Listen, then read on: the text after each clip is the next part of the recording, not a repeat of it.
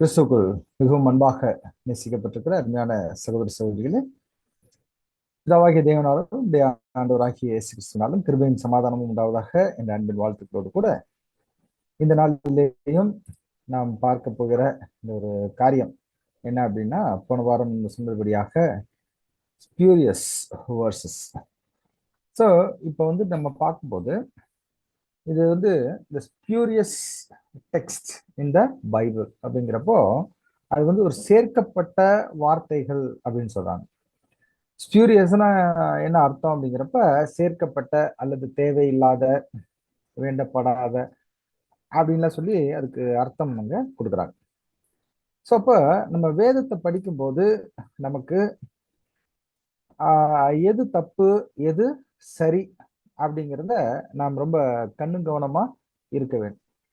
ஏன்னா நாம பெயர் சபைகள் போல, மற்ற பேர் கிறிஸ்துவ மார்க்கம் போல நாம இல்லாம நாம என்ன பண்ணிருக்கோங்க, நம்ம தேவனுக்காக அர்ப்பணிச்சு நம்ம என்ன பண்றோம், ஒரு ஒரு வார்த்தையும் நம்மை நாமே சோதிச்சு, வேதத்திலையும் சோதிச்சு நாம சரியா இருக்கணும் அப்படிங்கிறதுல ரொம்ப உறுதியா இருந்து இந்த ஒரு விசுவாசம், மகா பரிசுத்தமான விசுவாசம் நமக்கு பிடிச்சதுனால தான் நம்ம என்ன பண்றோம், இந்த சத்தியத்துக்குள்ளேயே நம்ம வேதமானவர்களாக நம்ம இருக்கோம். ஸோ அதனால இந்த ஒரு காரியம் நமக்கு ரொம்ப யூஸ்ஃபுல்லா இருக்கும் அப்படின்னு நம்புறேன். லாஸ்ட் வீக் ஒரு சகோதரர் கேட்டார் அருமையாக. அந்த ஒரு கேட்டது நிமித்தமாக இது நம்ம பார்க்குறோம். ஆனா இது நீங்க பாத்தீங்கன்னா கிட்டத்தட்ட ஒரு 200+ வசனங்கள் இருக்கு. நான் என்ன பண்ண போறோம் அப்படின்னா, எப்படி இதை படிக்கணும், என்ன ஏது அப்படிங்கிறது ஒரு இன்ட்ரடக்ஷன் கொடுத்துட்டு எக்ஸாம்பிள்ஸ் சில விஷயங்கள் காட்டிட்டு உங்களுக்கு நாங்கள் அந்த நோட்ஸா ப்ரிப்பேர் பண்ணி உங்களுக்கு கொடுத்தோம்னா தான். ஏன்னா எப்போதுமே இது என்ன பண்ண முடியாதுன்னா, மைண்ட்ல நீங்க அவ்வளோ வசனங்களையும் ஞாபகம் வச்சிருக்க முடியாது. ஆனா என்ன பண்ணலாம்னா, ஏதோ ஒரு சப்ஜெக்ட் எடுக்கிற போதோ இது பண்றப்ப சகோதரர்கள் என்ன பண்ணியிருக்காங்கன்னா, ஆல்மோஸ்ட் நிறைய வசனங்கள் என்ன பண்ணியிருக்காங்க, அவங்க அதெல்லாம் கரெக்ட் பண்ணி இந்த மாதிரி இருக்கு இந்த மாதிரி இருக்கு அப்படிங்கறதெல்லாம் சொல்லியிருக்காங்க. மெயினா அந்த ஃபாரின் பிரதர்ஸ் எல்லாம் பாத்தீங்கன்னா அவங்க என்ன பண்ணிருக்காங்கன்னா, அதை படிக்கிறப்ப இது சேர்க்கப்பட்டது இது இது அப்படின்னு சொல்லிட்டு அவங்க பாடங்கள் எழுதுவாங்க. அதை எடுத்து பார்த்து நம்ம சகோதரர்கள் படிக்கும்போது கூட அதை கண்டுபிடிச்சு சொல்லிடுறாங்க. இருந்தாலும் அது எப்படி என்னங்கிறது நம்ம கொஞ்சம் தெரிஞ்சுக்கிட்டா நம்மளுடைய ஒரு வளர்ச்சிக்கு, ஆவிக்குரிய வளர்ச்சிக்கும், இன்னும் தேவன் மேல இருக்கிற நல்ல விசுவாசத்துக்கும் ரொம்ப உறுதுணையாக இருக்கும் என்பதை நம்ம நம்புறோம். ஸோ நம்ம வெளிப்படுத்தின விசேஷம் 22:18 வரை நம்ம வாசித்தோம் அப்படின்னு சொன்னா, இந்த புஸ்தகத்தில் உள்ள தீர்க்க தரிசன வசனங்களை கேட்கிற யாவருக்கும் நான் சாட்சியாக எச்சரிக்கிறதாவது, ஒருவன் இவைகளோடு எதையாகிலும் கூட்டினால் இந்த புஸ்தகத்தில் எழுதியிருக்கிற வாதைகளை தேவன் அவன் மேல் கூட்டுவார். ஒருவன் இந்த தீர்க்க தரிசன புஸ்தகத்தின் வசனங்களிலிருந்து எதையாகிலும் எடுத்து போட்டால் ஜீவ புஸ்தகத்திலிருந்தும் பரிசுத்த நகரத்திலிருந்தும் இந்த புத்தகத்தில் எழுதப்பட்டவைகளில் இருந்தும் அவனுடைய பங்கை தேவன் எடுத்து போடுவார் என்று அங்க ஒரு எச்சரிப்பு கொடுக்கப்பட்டதை அங்க பார்க்கும். சோ இப்படியாக எச்சரிக்கை ஏன் கொடுத்தார் என்று நாம் பார்க்கும்போது, பிற்காலத்துல என்ன பண்ணுவோம், வேதத்துல இந்த மாதிரி செய்வாங்க அப்படிங்கிறத ஒரு தீர்க்க தரிசனமாக சொல்லியிருக்கு. அதை செய்தவர்களுக்கு தேவன் நிறைய புஸ்தகத்தில் சொல்லப்பட்ட சில வாதைகள்லாம் கொடுத்திருக்கிறாரு. அதெல்லாம் நம்ம பார்க்கிறோம். அந்த அமைப்புகளுக்கே கொடுத்திருக்கிறார் அப்படிங்கிறதெல்லாம் நம்ம பார்க்கிறோம். ஸோ இந்த விதமாக தேவனுடைய வார்த்தைகள் நமக்கு இந்த 66 புஸ்தகங்களாக நமக்கு கொடுக்கப்பட்ட அந்த புஸ்தகங்கள்ல நாம் என்ன பண்ண வேண்டியிருக்குன்னா, அதாவது ஆதி ஆகமத்திலிருந்து வெளிப்படுத்தின விசேஷம் வரைக்கும் உள்ள காரியங்களை நாம ரொம்ப நல்லா ஊர்ந்து கவனிக்க வேண்டியது இருக்கு. முக்கியமாக எதுல தான் அவங்க ரொம்ப இந்த பிளே பண்ணியிருக்காங்க, இதை மாத்தி வச்சிருக்காங்கன்னு பாக்குறப்போ, புதிய ஏற்பாடு இந்த கிரேக்க மொழியிலிருந்து வர சில வார்த்தைகளை மொழிபெயர்ப்புல அவங்க என்ன பண்ணியிருக்கிறாங்கன்னா, நிறைய ஒரு மாதிரி தப்பா கூட டிரான்ஸ்லேட் பண்ணியிருக்கிறாங்க, மொழிபெயர்த்திருக்கிறாங்க. சில விஷயங்களை சாதகமாக படிக்கிறதுக்காக சேர்த்திருக்கிறாங்க அப்படின்னு சொல்லி பார்க்கிறோம். அதுல சில விஷயங்கள் ரொம்ப சப்போர்ட்டிவா இருக்குது. சில விஷயங்கள் நிறைய விஷயங்களை சத்தியத்தையே மாற்றி போட்டுறதாகவும் இருக்கு. இருந்தாலும் நம்ம உள்ளதை உள்ளபடியும் இல்லாததை இல்லாத மாதிரியும் நம்ம கரெக்டா படிக்க வேண்டியது நம்ம வேதமானவர்களுக்கு அவசியமாக இருக்கிறது. அன்பான சகோதர சகோதரி, நம்ம படிச்சோம். ஒருவன் இவைகளோட எதையாக கூட்டினால், வெளிப்படுத்தின விசேஷம் 22:18. சரிங்களா? இந்த புஸ்தகத்தில் எழுதியிருக்க வாதைகளை தேவன் அவர் மேல் கூட்டுவார். அப்ப தேவன் வந்து ரொம்ப எச்சரிப்பாக இது சொல்றது எதுக்கு அப்படின்னா, கடைசி காலத்துல இருக்கக்கூடிய நாம், அதாவது 7ஆம் காலகட்ட சபையில இருக்கக்கூடிய நாம், ஏன்னா இதுக்கு மேல ஒரு சபைன்னு இல்லை. இந்த பிள்ளைகள் வந்துட்டு இதுல ரொம்ப தெளிவா இருக்கணும் அப்படிங்கிறத எதிர்பார்க்கிறார். ஒருவேளை 6ஆம் கால சபையில நம்ம இருந்தோம்னா அவ்வளவு தெளிவு தேவன் எதிர்பார்க்கல. அங்க ஒரு ஸ்டாண்டர்ட் மார்க் நமக்கு எதிர்பார்ப்பு, தேவனுடைய எதிர்பார்ப்பு அப்படிங்கிறது அங்க கொஞ்சம் கம்மியா தான் இருந்திருக்கும். ஆனா 7ஆம் காலகட்ட சபையில வாழக்கூடிய நமக்கு எதிர்பார்ப்பு கண்டிப்பாக அதிகமாக இருக்கு. அந்த இன்டலெக்சுவல் நம்மளுடைய மைண்ட்ல நம்ம என்ன பண்ணோம், அந்த இதுல வந்து ரொம்ப ரொம்ப ஸ்ட்ராங்கா இருக்கணுங்கிறத தேவன் எதிர்பார்க்கிறாரு. ஏன்னா எல்லாமே கொடுத்துட்டார். வெளிச்சம் தரலன்னு நம்ம சொல்ல முடியாது, வெளிச்சம் நம்ம மேல படலன்னு சொல்ல முடியாது. அந்த வெளிச்சம் வந்துட்டு இருக்கப்போ நம்ம கண் மூடிக்கிட்டே இருக்கிறோம் அப்படின்னு சொன்னா நமக்கு சரியான பார்வை இருக்காது இல்லைங்களா? உபாகமம் 12:32 நம்ம வாசிக்கும் போது, நான் உனக்கு விதிக்கிற யாவையும் செய்யும்படி கவனமாயிரு, நீ அதனோட ஒன்றும் கூட்டவும் வேண்டாம், அதில் ஒன்றும் குறைக்கவும் வேண்டாம் என்பதாக கூட வாசிக்கும். சரிங்களா? இன்னும் நீதிமொழிகள் 30:6 கூட வாசிக்கும் போது, ஒன்றையும் அந்த வசனங்களோட, அவருடைய வசனங்களோட ஒன்றையும் கூட்டாதே, கூட்டினால் அவர் உன்னை கடிந்து கொள்வார், நீ பொய்யனாவாய் என்று அங்க சொல்லுகிறத கூட நம்ம பார்க்கிறோம். இதன் மூலம் தேவன் தன்னுடைய வார்த்தைகள் எந்த விதத்திலும் மாறிவிடக்கூடாது என்பதுல மிக கவனம் உள்ளவராக அங்க இருக்கிறார். இப்ப நாம பார்க்கும்போது வேதம் ஏன் இப்படி ஆச்சு, ஏன் இப்படி ஆச்சு அப்படின்னு பார்க்கும்போது, அதாவது ஒரிஜினல் கை பிரதியில எழுதப்பட்டதுதான் வேதம். சரிங்களா? நம்மகிட்ட இருக்கிறதுலாம் என்ன அப்படி பாத்தீங்கன்னா, அந்த வேத புத்தகத்தினுடைய டிரான்ஸ்லேட்டட் வெர்ஷன்ஸ், காப்பீஸ். சரிங்களா? சோ நாம் அதை கரெக்டா கண்டுபிடிச்சு அந்த உண்மையான வேத புத்தகங்கள், கைப்பிரதியில எழுதப்பட்ட உண்மையான அந்த புத்தகங்கள்ல என்ன எழுதி இருக்கிறது அப்படிங்கிறத கண்டுபிடிச்சிட்டோம் அப்படின்னா வி ஆர் பிளஸ்ட். நம்ம வந்து ரொம்ப ஆசீர்வதிக்கப்பட்ட ஒரு ஜனங்களாக அங்க இருக்கிறோம். சோ அப்ப சொன்னதை சொன்னபடியே நம்மளால என்ன பண்ண முடியும், போதிக்க முடியும் அப்படின்னு சொல்லி அங்க பார்க்கணும். அப்போஸ்தலர் 20:26 யாராவது வாசிக்க முடியுங்களா? அப்போஸ்தலர் 20ஆம் அதிகாரம் வசனம் 26. தேவனுடைய ஆலோசனையில் ஒன்றையும் நான் மறைத்து வைக்காமல் எல்லாவற்றையும் உங்களுக்கு அறிவித்தபடியினாலே. பாத்தீங்களா? என்ன சொல்றாரு? தேவனுடைய ஆலோசனையில் ஒன்றையும் நான் மறைத்து வைக்காமல் எல்லாவற்றையும் உங்களுக்கு அறிவித்தபடியினாலே. இல்லைங்களா? இந்த எல்லாவற்றையும் உங்களுக்கு அறிவித்தபடியினாலே அப்படிங்கிற ஒரு விஷயம் என்ன பார்க்கும்போது, அப்போஸ்தலனாகிய பவுல் என்ன பண்ணல அப்படின்னு பாத்தீங்கன்னா, ஒரு விஷயத்தையும் அங்க மறைக்கல அப்படிங்கிறதுல நம்ம கண்டுபிடிச்சிட்டோம். ஒரு விஷயத்தையும் என்ன பண்ணலையா, அங்க மறைக்கல அப்படிங்கறத பார்க்கணும். அப்படின்னு என்னன்னா, கரெக்டான சத்தியத்தை கரெக்டா சொல்றார். அவர் கொடுத்த வேலையை அவர் கரெக்டா செஞ்சார். அதனாலதான் அவரால் சொல்ல முடிஞ்சது, ஓட்டத்தை சரியாக முடிக்கிறேன் அப்படின்னு சொல்லி சொல்ல முடிஞ்சது இல்லைங்களா? சோ அடுத்ததா பார்க்கும்போது, இந்த கண்டிப்பான கட்டளைகள் நமக்கு இருக்கிறபடினால நாம் கையில் வைத்திருக்கும் இந்த வேதாகமத்தில் வசனங்கள் சேர்க்கப்படுவதும் எடுக்கப்படுவதும் தவிர்க்கப்பட்டுள்ளதா அப்படிங்கிறத நாம கண்டுபிடிக்கும் போது ரொம்ப ஷாக்கிங்கா தான் இருக்கு. ஃபர்ஸ்ட் நம்ம தெரிஞ்சுக்கலாம் இந்த வேதாகமம் எப்படியாக மொழிபெயர்க்கப்பட்டுச்சு அப்படின்னு சொல்லி.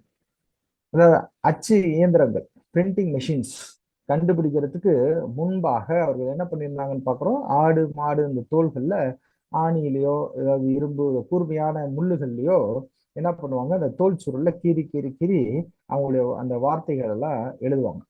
ஸோ இந்த மாதிரி இருக்கும்போது ஒரு 50-60 வருடங்கள் ஆறப்ப என்ன ஆகும் அப்படின்னா, அந்த இதெல்லாம் ஃபேட் ஆயிடும். அந்த எழுத்துக்கள்லாம் கொஞ்சம் கொஞ்சமா அப்படியே தேஞ்சு போய் அது சரியா புரியாது. அதனால தேவன் என்ன பண்ணிட்டார் அப்படின்னு பாத்தீங்கன்னா, அந்த லேவி வகுப்பார், இந்த லேவி வகுப்பாருக்கு ஆதியிலிருந்து ஒரு ஒவ்வொரு வேலையை செய்யறதுக்கு, கடவுளுடைய வேலை செய்யறதுக்கு அந்த அந்த ஒரு கூட்டத்தையே அவங்க ரெடி பண்ணாங்க இல்லையா?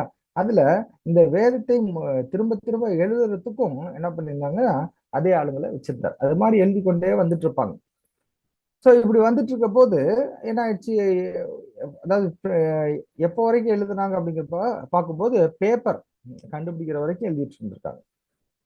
சரிங்களா? பேப்பர் கண்டுபிடி வரைக்கும் எழுதியிருக்காங்க. அதாவது இந்த லேவி வகுப்பார் ஒரு கட்டத்துல சிதறடிக்கப்பட்டாங்க. எப்போ அப்படின்னு பார்க்கும்போது கிபி 70 இயேசு கிறிஸ்து காலத்துக்கு அப்புறம் அந்த உங்கள் வீடு உங்களுக்கு பாழாக்கி விடப்படும் என்று சொன்ன அந்த காரியத்தின் நிமித்தமாக அவர்கள் சிதறடிக்கப்பட்டாங்க. அப்போ அப்போஸ்தலர்கள் இவங்கெல்லாம் கூட என்ன பண்றாங்க, அப்படியே வெளியே போறாங்க. போகும்போது ஒரு முக்கியமான விஷயத்த அந்த கடைசியா இருக்கிற அந்த அவங்க செஞ்சதுல இந்த கைப்பிரதிய அவங்க என்ன பண்ணிருக்காங்கன்னா, நிறைய இது அழிஞ்சு போச்சு. ஆனா எங்கேயோ பத்திரமா பாதுகாக்கிற ஒரு பழக்கம் அவங்களுக்கு இருந்ததுனால ரொம்ப பத்திரமா வைக்கணும்னு முடிவு பண்ணிட்டு இருக்காங்க. சரிங்களா? அது எப்படின்னு பார்க்கலாம். அதுக்கு முன்னாடி நமக்கு இப்ப நம்ம கையில இருக்கிற கிங் ஜேம்ஸ் வெர்ஷன், கேஜேவி அப்படின்னு சொல்லுவோம். கேஜேவி, இந்த கிங் ஜேம்ஸ் வெர்ஷன் இது வந்து எதுல இருந்து மொழிபெயர்த்தாங்க அப்படின்னு சொல்லி பார்க்கும்போது அதுவும் கைப்பிரதிலையும் தான். கைப்பிரதிகள் அது வந்து எந்த கைப்பிரதின்னு பாத்தீங்கன்னா சிரியாக், சிரியாக் மேனுஸ்கிரிப்ட்ஸ். சரிங்களா? அதுக்கப்புறம் வேட்டிகன் மேனுஸ்கிரிப்ட்ஸ், அதாவது இந்த மூலப்பிரதிகள் அப்படிம்பாங்க, அது MSS. இந்த சிரியாக் அண்ட் வேட்டிகன் மேனுஸ்கிரிப்ட்ஸ் இதெல்லாம் எப்போ அப்படின்னு பாத்தீங்கன்னா ஒரு 300 400 அந்த ஆண்டுகள், 3வது 4வது நூற்றாண்டுகள், 5வது நூற்றாண்டுகள், அந்த ஒரு காலகட்டத்துல அங்க இது பண்ணதாக இருக்குதுன்னு பாக்குறோம். இப்போ இந்த கிங் ஜேம்ஸ் வெர்ஷன் எப்ப மொழிபெயர்த்தாங்கன்னு பார்க்கும்போது இந்த Cyriac manuscripts and Vatican manuscripts 3-4 நூற்றாண்டுகள்ல எழுதப்பட்ட அந்த ஒரு அந்த ஒரு மேனுஸ்கிரிப்ட்ஸ் தோல்சுருளை எடுத்து 1611ஆம் ஆண்டு, சரி அதாவது 16ஆம் நூற்றாண்டு அந்த வருடத்துல என்ன பண்ணிருக்காங்கன்னு பாத்தீங்கன்னா அங்க மொழிபெயர்த்தாங்க என்று நாம் பார்க்கிறோம். இப்போ என்ன ஆயிடுச்சுன்னு பாத்தீங்கன்னா அந்த மொழிபெயர்ப்பு 1611ல ஒரு மொழிபெயர்ப்பு பண்ணி கிங் ஜேம்ஸ் வெர்ஷன் அப்படின்னு வந்தது இருந்துச்சு. அதுக்கப்புறம் நிறைய டிரான்ஸ்லேஷன்ஸ் அவங்க கொண்டு வந்தாங்க. அதை நான் காட்டுறேன் பின்னாடி சார்ட்ல, டிஸ்பிளேல. 1940 ஒரு முக்கியமான ஒரு காலகட்டம்.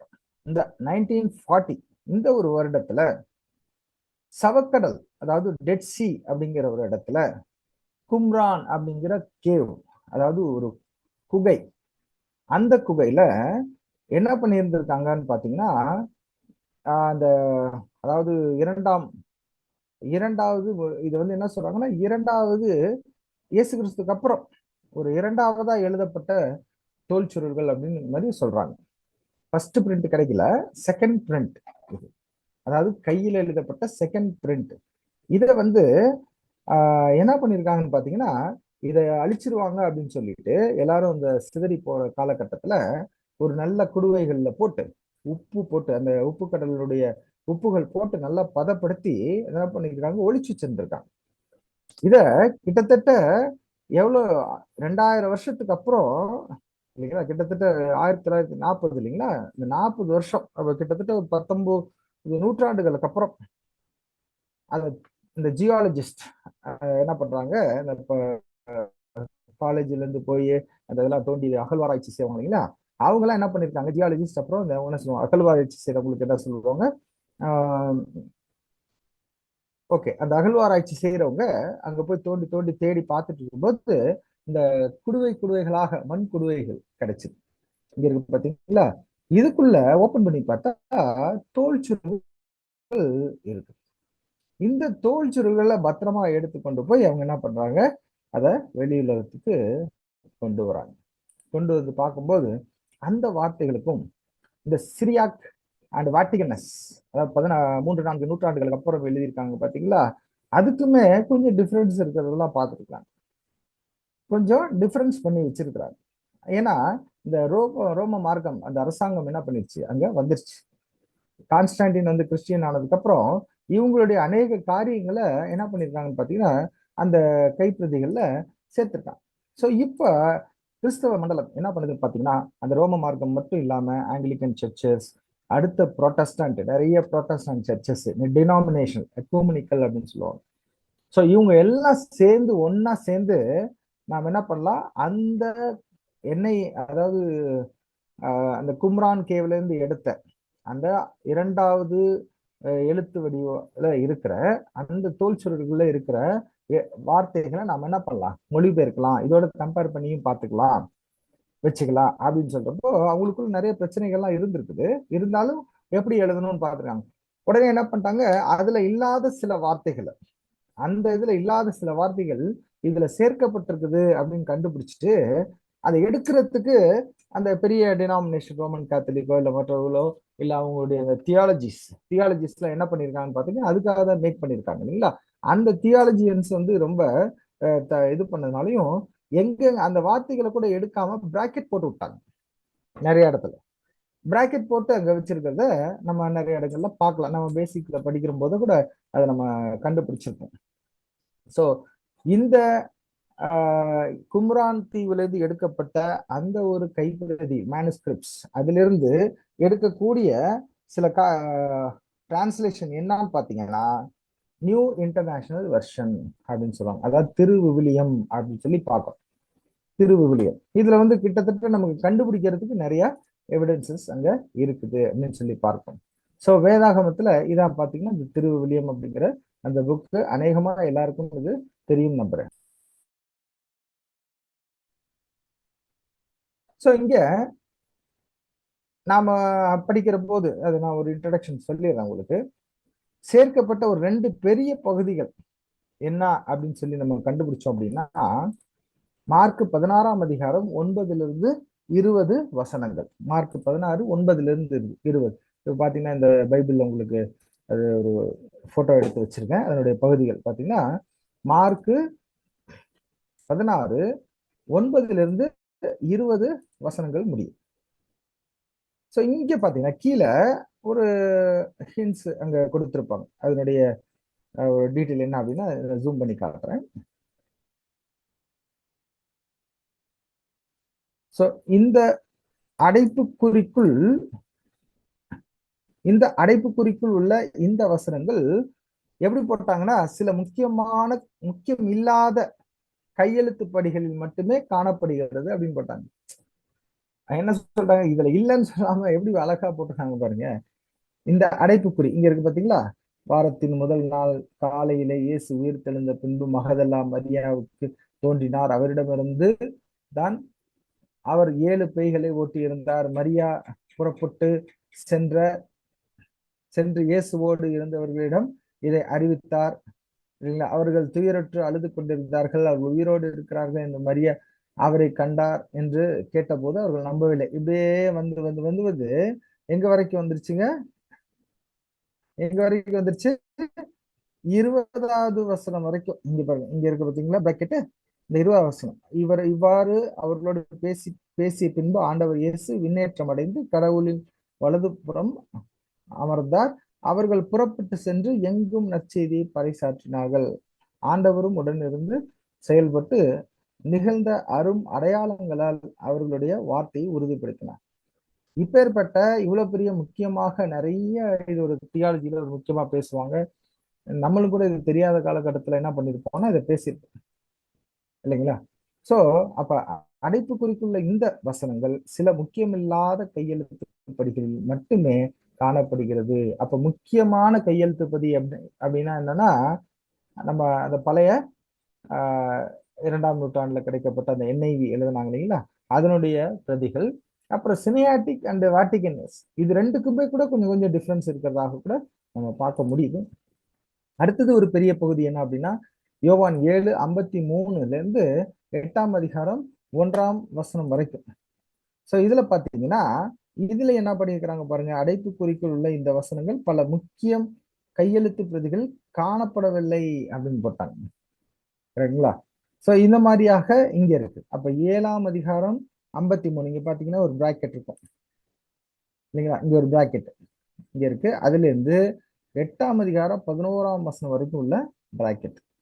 ஸோ இதுல என்ன இருந்திருக்கு அப்படின்னு சொல்லி பாக்குறப்ப இயேசு ஒலிவ மலைக்கு சென்றிருந்தார். அங்க வந்து என்ன பண்றாங்க, ஒரு விபச்சாரத்தில் ஈடுபட்ட ஒரு ஸ்திரியை கல்லெறியறதுக்காக வரும்போது இயேசு கிறிஸ்து என்ன பண்றாங்க, எழுதிட்டு உங்களில் குற்றம் இல்லாதவன் யாரோ வந்து என்ன பண்ணலாம், கல்ல அடிக்கலாம் அப்படின்னு எல்லாரும் விட்டுட்டு போயிட்ட மாதிரி நாங்க பாக்குறோம். அப்புறம் நீ இனிமேல் இந்த பாவத்தை செய்யாதன்னு சொல்லிட்டு அங்க சொல்றாரு. சோ இத ஓகே, இது சொல்லப்பட்ட விஷயங்கள் நல்ல விஷயங்கள் மாதிரி இருந்தாலும் வேதத்துல என்ன இல்ல அங்க. ஏன்னா நிறைய ஸ்டோரிஸ் அப்படின்னா சேர்க்கலாமே. எவ்வளவு நல்ல காரியங்கள் உலகத்துல இருக்குது, எல்லாமே சேர்க்கலாமே. இதெல்லாம் தெய்வீக திட்டத்துக்கும் இதுக்கும் பொருந்தாத சில காரியங்களாக கூட இருக்கலாம். அதனால தேவன் என்ன பண்ணிக்கலாம், அதெல்லாம் கொடுக்காம இருக்கலாம். ஏன்னா இயேசு கிறிஸ்து நிறைய அற்புதம் செஞ்சிருப்பார். நீங்களா எல்லாத்தையுமே எழுதவும் முடியாது. அப்ப எது எது தேவை? இப்ப ஆபிரகாமுடைய காலகட்டத்துல அவர் அத்தனை வருஷம் வாழ்ந்தார் அப்படின்னா எவ்வளவோ சம்பவங்கள் தேவனுக்கு பிரியமா இருந்திருக்கும் இல்லைங்களா? தேவனோடு சஞ்சரித்தவர்கள் நிறைய பேர் இருந்தாங்க, ஏனோக்கு இவங்கெல்லாம். அவங்கள பத்தி எல்லாம் நிறைய எழுதவே இல்லை. ஏன்னா சஞ்சரித்தாங்க அப்படிங்கிற போது எவ்வளவு விஷயங்கள், ஒவ்வொரு விஷயமுமே அங்க தேவனோடு கூட தான் இருந்திருக்கும். பட் அதெல்லாம் எழுதல இல்லைங்களா? அது மாதிரி நம்ம தேவையானது, சபைக்கு தேவையான 1,44,000 ஆவதற்கு தேவையான காரியங்கள் மாத்திரம்தான் இந்த புஸ்தகத்துல அங்க கொடுக்கப்பட்டுச்சு. அதுலயும் வஞ்சனையாக சாத்தானுடைய சில தந்திரத்தினால நிறைய காரியங்கள் என்ன பண்ணப்பட்டிருக்கு, மனசாட்சியில சுருண்ட பொய்யருடைய அந்த மாயத்தினால, அந்த தந்திரத்தினால நிறைய காரியங்கள் இதுல சேர்க்கப்பட்டும் இருக்கிறது அப்படிங்கிறது நம்ம பார்க்கணும். சோ நாம என்ன பண்ணணும், தேவனுடைய வார்த்தைகளை துல்லியமாக அறிந்து கொள்வது நமக்கு மிக அவசியமானது அப்படின்னு சொல்லி பார்க்கிறோம். அதுக்கு பேர் தான் இந்த வேதத்தை தான் நம்ம சொல்றோம் வேதம். அதில் உள்ள அர்த்தங்களையும் அதுக்குள்ள காரியங்களை நாம் புரிந்து கொள்வது என்பது நம்முடைய மகா பரிசுத்தமான விசுவாசம். சத்திய வேதம் தான் மகா பரிசுத்தமான விசுவாசம். அதுல உள்ள உண்மையான அர்த்தங்கள் தான் மகா பரிசுத்தமான விசுவாசம் அப்படின்னு சொல்லி நம்ம பார்க்கிறோம். சோ நம்மள கூட என்னன்னு சொல்றது, ஒரு பெரையா பட்டணத்தார் மாதிரி நாம அங்க இருக்கணும் அப்படின்னு சொல்லி இங்க வாசிக்கிறோம். அப்போஸ்தலர் 17:11 வாசிங்க சிஸ்டர்.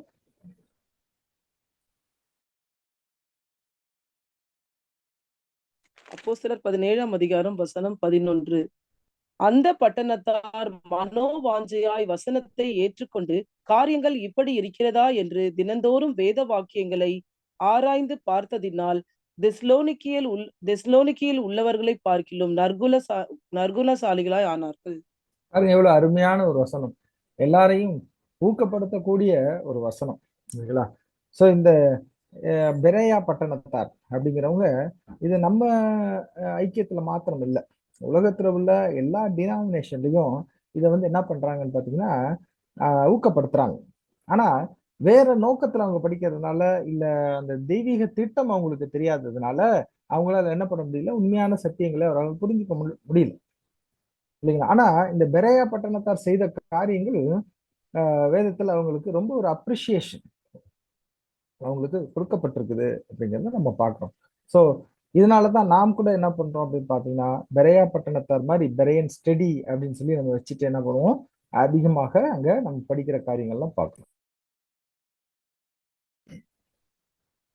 ஸோ பாருங்க, அவங்க பவுல் சொன்ன காரியங்களை கூட என்ன பண்ணியிருக்காங்கன்னு பாத்தீங்கன்னா, அவங்க இவர் சொன்னது கரெக்டா, நியாயப்பிரமாணத்தின்படி கரெக்டா இருக்கா, இயேசு கிறிஸ்து சொன்ன காரியத்தின்படி கரெக்டா இருக்கா, மற்ற அப்போஸ்தலர்கள் சொன்னபடி கரெக்டா இருக்கா, தேவனுடைய திட்டத்தின்படி கரெக்டா இருக்கா அப்படிங்கிறதெல்லாம் அவங்க என்ன பண்ணியிருக்காங்கன்னு பாத்தீங்கன்னா, நல்ல ஆராய்ச்சி பண்ணி ஒருத்தர் உட்கார்ந்து ரொம்ப ஒரு கூர்ந்த கண்ணோக்கத்தோடு அவங்க படிச்சிருக்கிறாங்க அப்படின்னு சொல்லி பார்ப்போம். அப்படின்னா என்னன்னா, நாம் எந்த விதத்திலையும் எதுலையும் மிஸ்டேக் பண்ணிடக்கூடாது.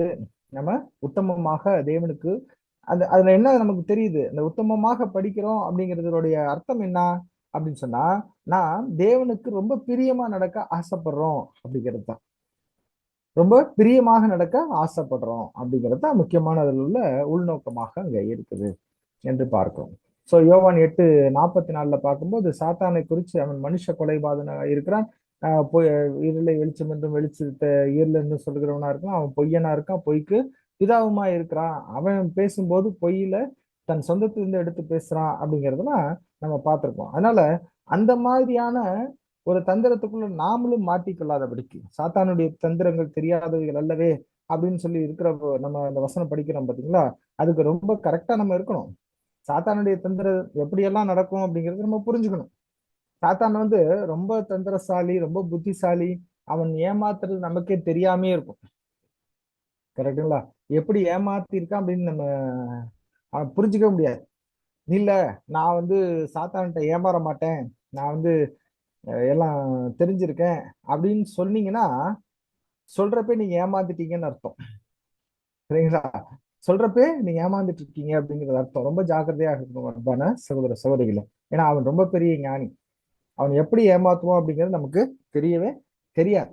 அதனால இந்த பெரையா பட்டணத்தார் மாதிரியான ஒரு ஸ்டடி என்பது நமக்கு ரொம்ப முக்கியமாக இருக்குது என்று பார்ப்போம். இப்போ அது போல படிக்கிற போது நமக்கு தேவன் என்ன பண்றாரு, அவருடைய ஆவி அளவில்லாம கொடுத்து நாம் அந்த மகா பரிசுத்தமான விசுவாசத்துல உறுதியா இருக்கிறோம் அப்படிங்கிறத உறுதி பண்ணிக்க முடியும் அன்பான சகோதர சகோதரி. சோ சாத்தானுடைய தந்திரத்தை எங்கதான் கண்டுபிடிக்க முடியும் அப்படின்னா, நாம ஓப்பனா கண்ணுலயோ, நம்ம கண்ணுலயோ, நம்ம காதுலயோ அப்படிலாம் பண்ண முடியாது. நாம் வேதத்தை ஆராய்ந்து பார்க்கறதுனால தான் அவங்கள சாத்தானுடைய கண்டுபிடிக்க முடியும், அவனுடைய வஞ்சனையை கண்டுபிடிக்க முடியும். வேதத்துலதான் அவனை பத்தி வெட்ட வெளிச்சமா சொல்லியிருக்கு. உலகத்துல வேற எங்கேயுமே கிடைக்காது. உலகத்துல எங்கேயும் சாத்தானுடைய வஞ்சகத்தை நம்மளால கண்டுபிடிக்க முடியாது. சரிங்களா? சோ வேதத்திலிருந்து படித்து தான் நாம அவனுடைய வஞ்சகம் என்னான்னு கூட நம்ம கண்டுபிடிச்சுக்க முடியும்.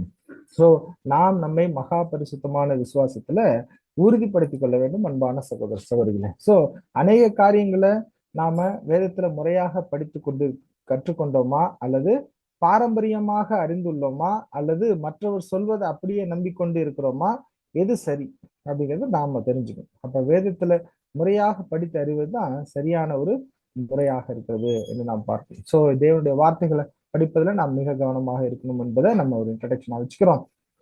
சோ இப்ப நம்ம கண்டுபிடிக்கிறதுக்கு நம்ம கிட்ட அவைலபிள் புக்ஸ் என்ன அப்படின்னு பாத்தீங்கன்னா இதெல்லாம் இருக்கு. King James version, Rotherham, American Standard version, New International version, இன்னும் நிறைய இருக்கு. Basic English version, Holman Christian Standard Bible, இப்ப புதுசா இதான் latest Holman Christian Standard Bible. இது வந்து நம்மகிட்ட கிடைக்குதான்னு தெரியல, பட் ஆன்லைன்ல கிடைக்கும். இது வந்து ஆன்லைன்ல இதனுடைய இது கிடைக்குது. இதுல கொஞ்சம் நல்ல இங்கிலீஷ் எல்லாம் கொஞ்சம் ஈஸியாக டிரான்ஸ்லேட் பண்ணி கொஞ்சம் கரெக்ஷன்ஸ்லாம் கூட நல்லா பண்ணியிருக்காங்க அப்படின்னு சொல்லி நம்ம பார்க்குறோம். ஸோ இது மாதிரி நிறைய வெர்ஷன்ஸ் இருக்கு. இதெல்லாம் நம்ம கம்பேர் பண்ணி பார்த்து படிச்சா நல்லா இருக்கும். அட்லீஸ்ட் கிங் ஜேம்ஸ் வெர்ஷன் அல்லது நியூ இன்டர்நேஷனல் வெர்ஷன், இது ரெண்டையும் நம்ம என்ன பண்ணிக்கலாம், கம்பேர் பண்ணி பார்த்தா கூட நிறைய விஷயங்கள் நமக்கு கிடைச்சிடும்.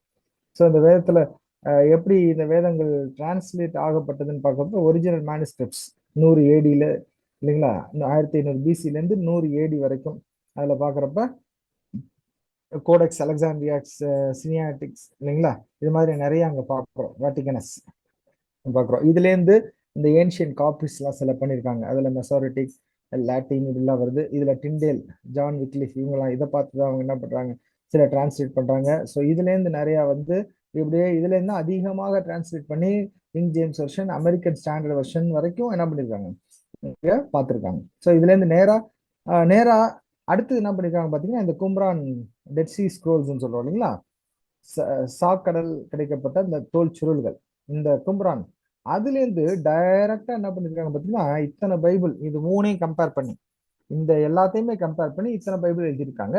அதுலயும் கொஞ்சம் கொஞ்சமா அட்வான்ஸ் பண்ணி ஹோல்மேன் அப்படிங்கிறது 2004ல அவங்க டிரான்ஸ்லேட் பண்ணிக்கிறாங்க. என்ஐவி இருக்குது. இதெல்லாம் வந்து பார்க்கும்போது இந்த எபிரேய கிரேக்க மொழிகளிலிருந்து நேரடியாக இவங்க ஆங்கிலத்துக்கு டிரான்ஸ்லேட் பண்ணியிருக்காங்க. அந்த எபிரேய கிரேக்க மொழியிலேருந்து ஆங்கிலத்துக்கு டிரான்ஸ்லேட் பண்ணதை ரெஃபரன்ஸா வச்சுக்கிட்டு தான் நமக்கு தமிழ்ல அதை டிரான்ஸ்லேட் பண்ணியிருக்கிறாங்க அப்படிங்கிறதையும் நம்ம பார்த்துக்கிறோம். ஸோ தமிழ்ல பார்க்கும்போது பர்த்தலமேயு சீகன் பால் அப்படிங்கிறவர் என்ன பண்ணிக்கிறாரு, அங்க டிரான்ஸ்லேட் பண்ணிக்கிறாரு. இந்த வாழ்ந்த காலங்கள் வந்து 1682 இருந்து 1719 இந்த ஆண்டு காலங்கள்ல அவர் என்ன பண்ணிருக்காரு, அவரும் நல்லா டிரான்ஸ்லேட் பண்ணியிருக்காரு தமிழ்ல. ஸோ அவருடைய அந்த முதல் முதல் கிறிஸ்தவ தமிழ் பரிசுத்த வேதம் இங்க பாத்தீங்கன்னா எப்படி இருக்கும், சுதனாகிய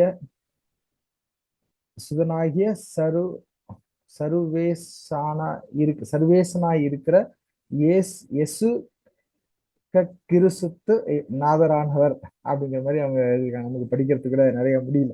ஏன்னா நம்ம தமிழ்லாம் இப்ப என்ன ஆச்சுங்க, நிறைய அட்வான்ஸா லெட்டர்ஸ் எல்லாம் மாறிடுச்சுன்னு நினைக்கிறேன். ஸோ அந்த மாதிரி இருக்கு இங்க.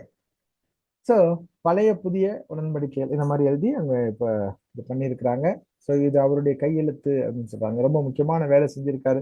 ஒருவேளை அவர் சீகன் பால் எழுதலைன்னா நமக்கு தமிழ்ல பைபிள்ல கிடைச்சிருக்காரு இல்லைங்களா. தமிழ்ல நம்ம இப்ப உட்கார்ந்து வேதத்தை உட்கார்ந்து தேவனோட நாம் நெருங்கி பழகிறதுக்கும் நெருங்கி படிக்கிறதுக்கு அவரோட நெருங்குகிறதுக்கு நம்மளுடைய தாய்மொழி இந்த தமிழ்ல நமக்கு கிடைக்கலன்னா நம்மளால என்ன பண்ணிருக்க முடியும். இன்னும் நிறைய மொழிகள்ல பாத்தீங்கன்னா எழுத்து வடிவமே வரல. நமக்கு எழுத்து வடிவம் இருந்ததுனால அது நமக்கு அழகா கிடைச்சிருச்சு. நாம நம்மளுடைய தாய்மொழியிலே நம்ம படிக்கிறதுக்கு தேவன் மிகப்பெரிய உதவி செய்திருக்கிறார் அப்படிங்கிறதுக்கு நம்ம பார்க்கிறோம். ஸோ இது வந்து கிங் ஜேம்ஸ் வெர்ஷன் கேஜேவின்னு போட்டிருக்கோம். அடுத்தது இது வந்து பார்த்தீங்கன்னா ஹோலி பைபிள் பரிசுத்த வேதாகம் இங்கிலீஷ் அண்ட் தமிழ் இதில் இருக்கும். இது வந்து பிஎஸ்ஐ அப்படிங்கிற பைபிள் சொசைட்டி ஆஃப் இந்தியா அப்படிங்கிறவங்க இன்டர்நேஷனல் அவங்க வந்து பண்ணுறாங்க. ஸோ ஹோலி பைபிள், இதுக்கு தெலுங்கு பைபிள் இங்கே இருக்குது, கன்னடா இங்கிலீஷ் கன்னடா பைபிள், இது மாதிரிலாம் நிறைய எல்லா மொழிகள்லையுமே நம்ம என்ன பண்ணிடுச்சு, டிரான்ஸ்லேட் பண்ணிடுச்சு. இதுதான் ஹோல்மேன் கிறிஸ்டின் ஸ்டாண்டர்ட் பைபிள். இது ரொம்ப முக்கியமான ஒரு ரெட் லெட்டர் டெக்ஸ்ட் எடிஷன் போட்டிருக்காங்க. இது கூட நமக்கு ரொம்ப முக்கியமாக இப்போ பயன்படுகிறதாக எல்லாம் சொல்றாங்க. ஸோ இது ஒரு நல்ல இங்கிலீஷ்ல இருக்குது. இது கிடைச்சா நம்ம கூட என்ன பண்ணலாம், இங்கிலீஷ் வாங்கி வச்சுக்கலாம். ஆனால் தமிழ்ல இதுக்கு வந்துருச்சா என்னன்னு தெரியல. தமிழ்ல திருவிழியுமே போதுமானதாக இருக்கும்னு நினைக்கிறேன். ஏன்னா என்ஐவி வச்சு நம்ம பார்க்கும்போது.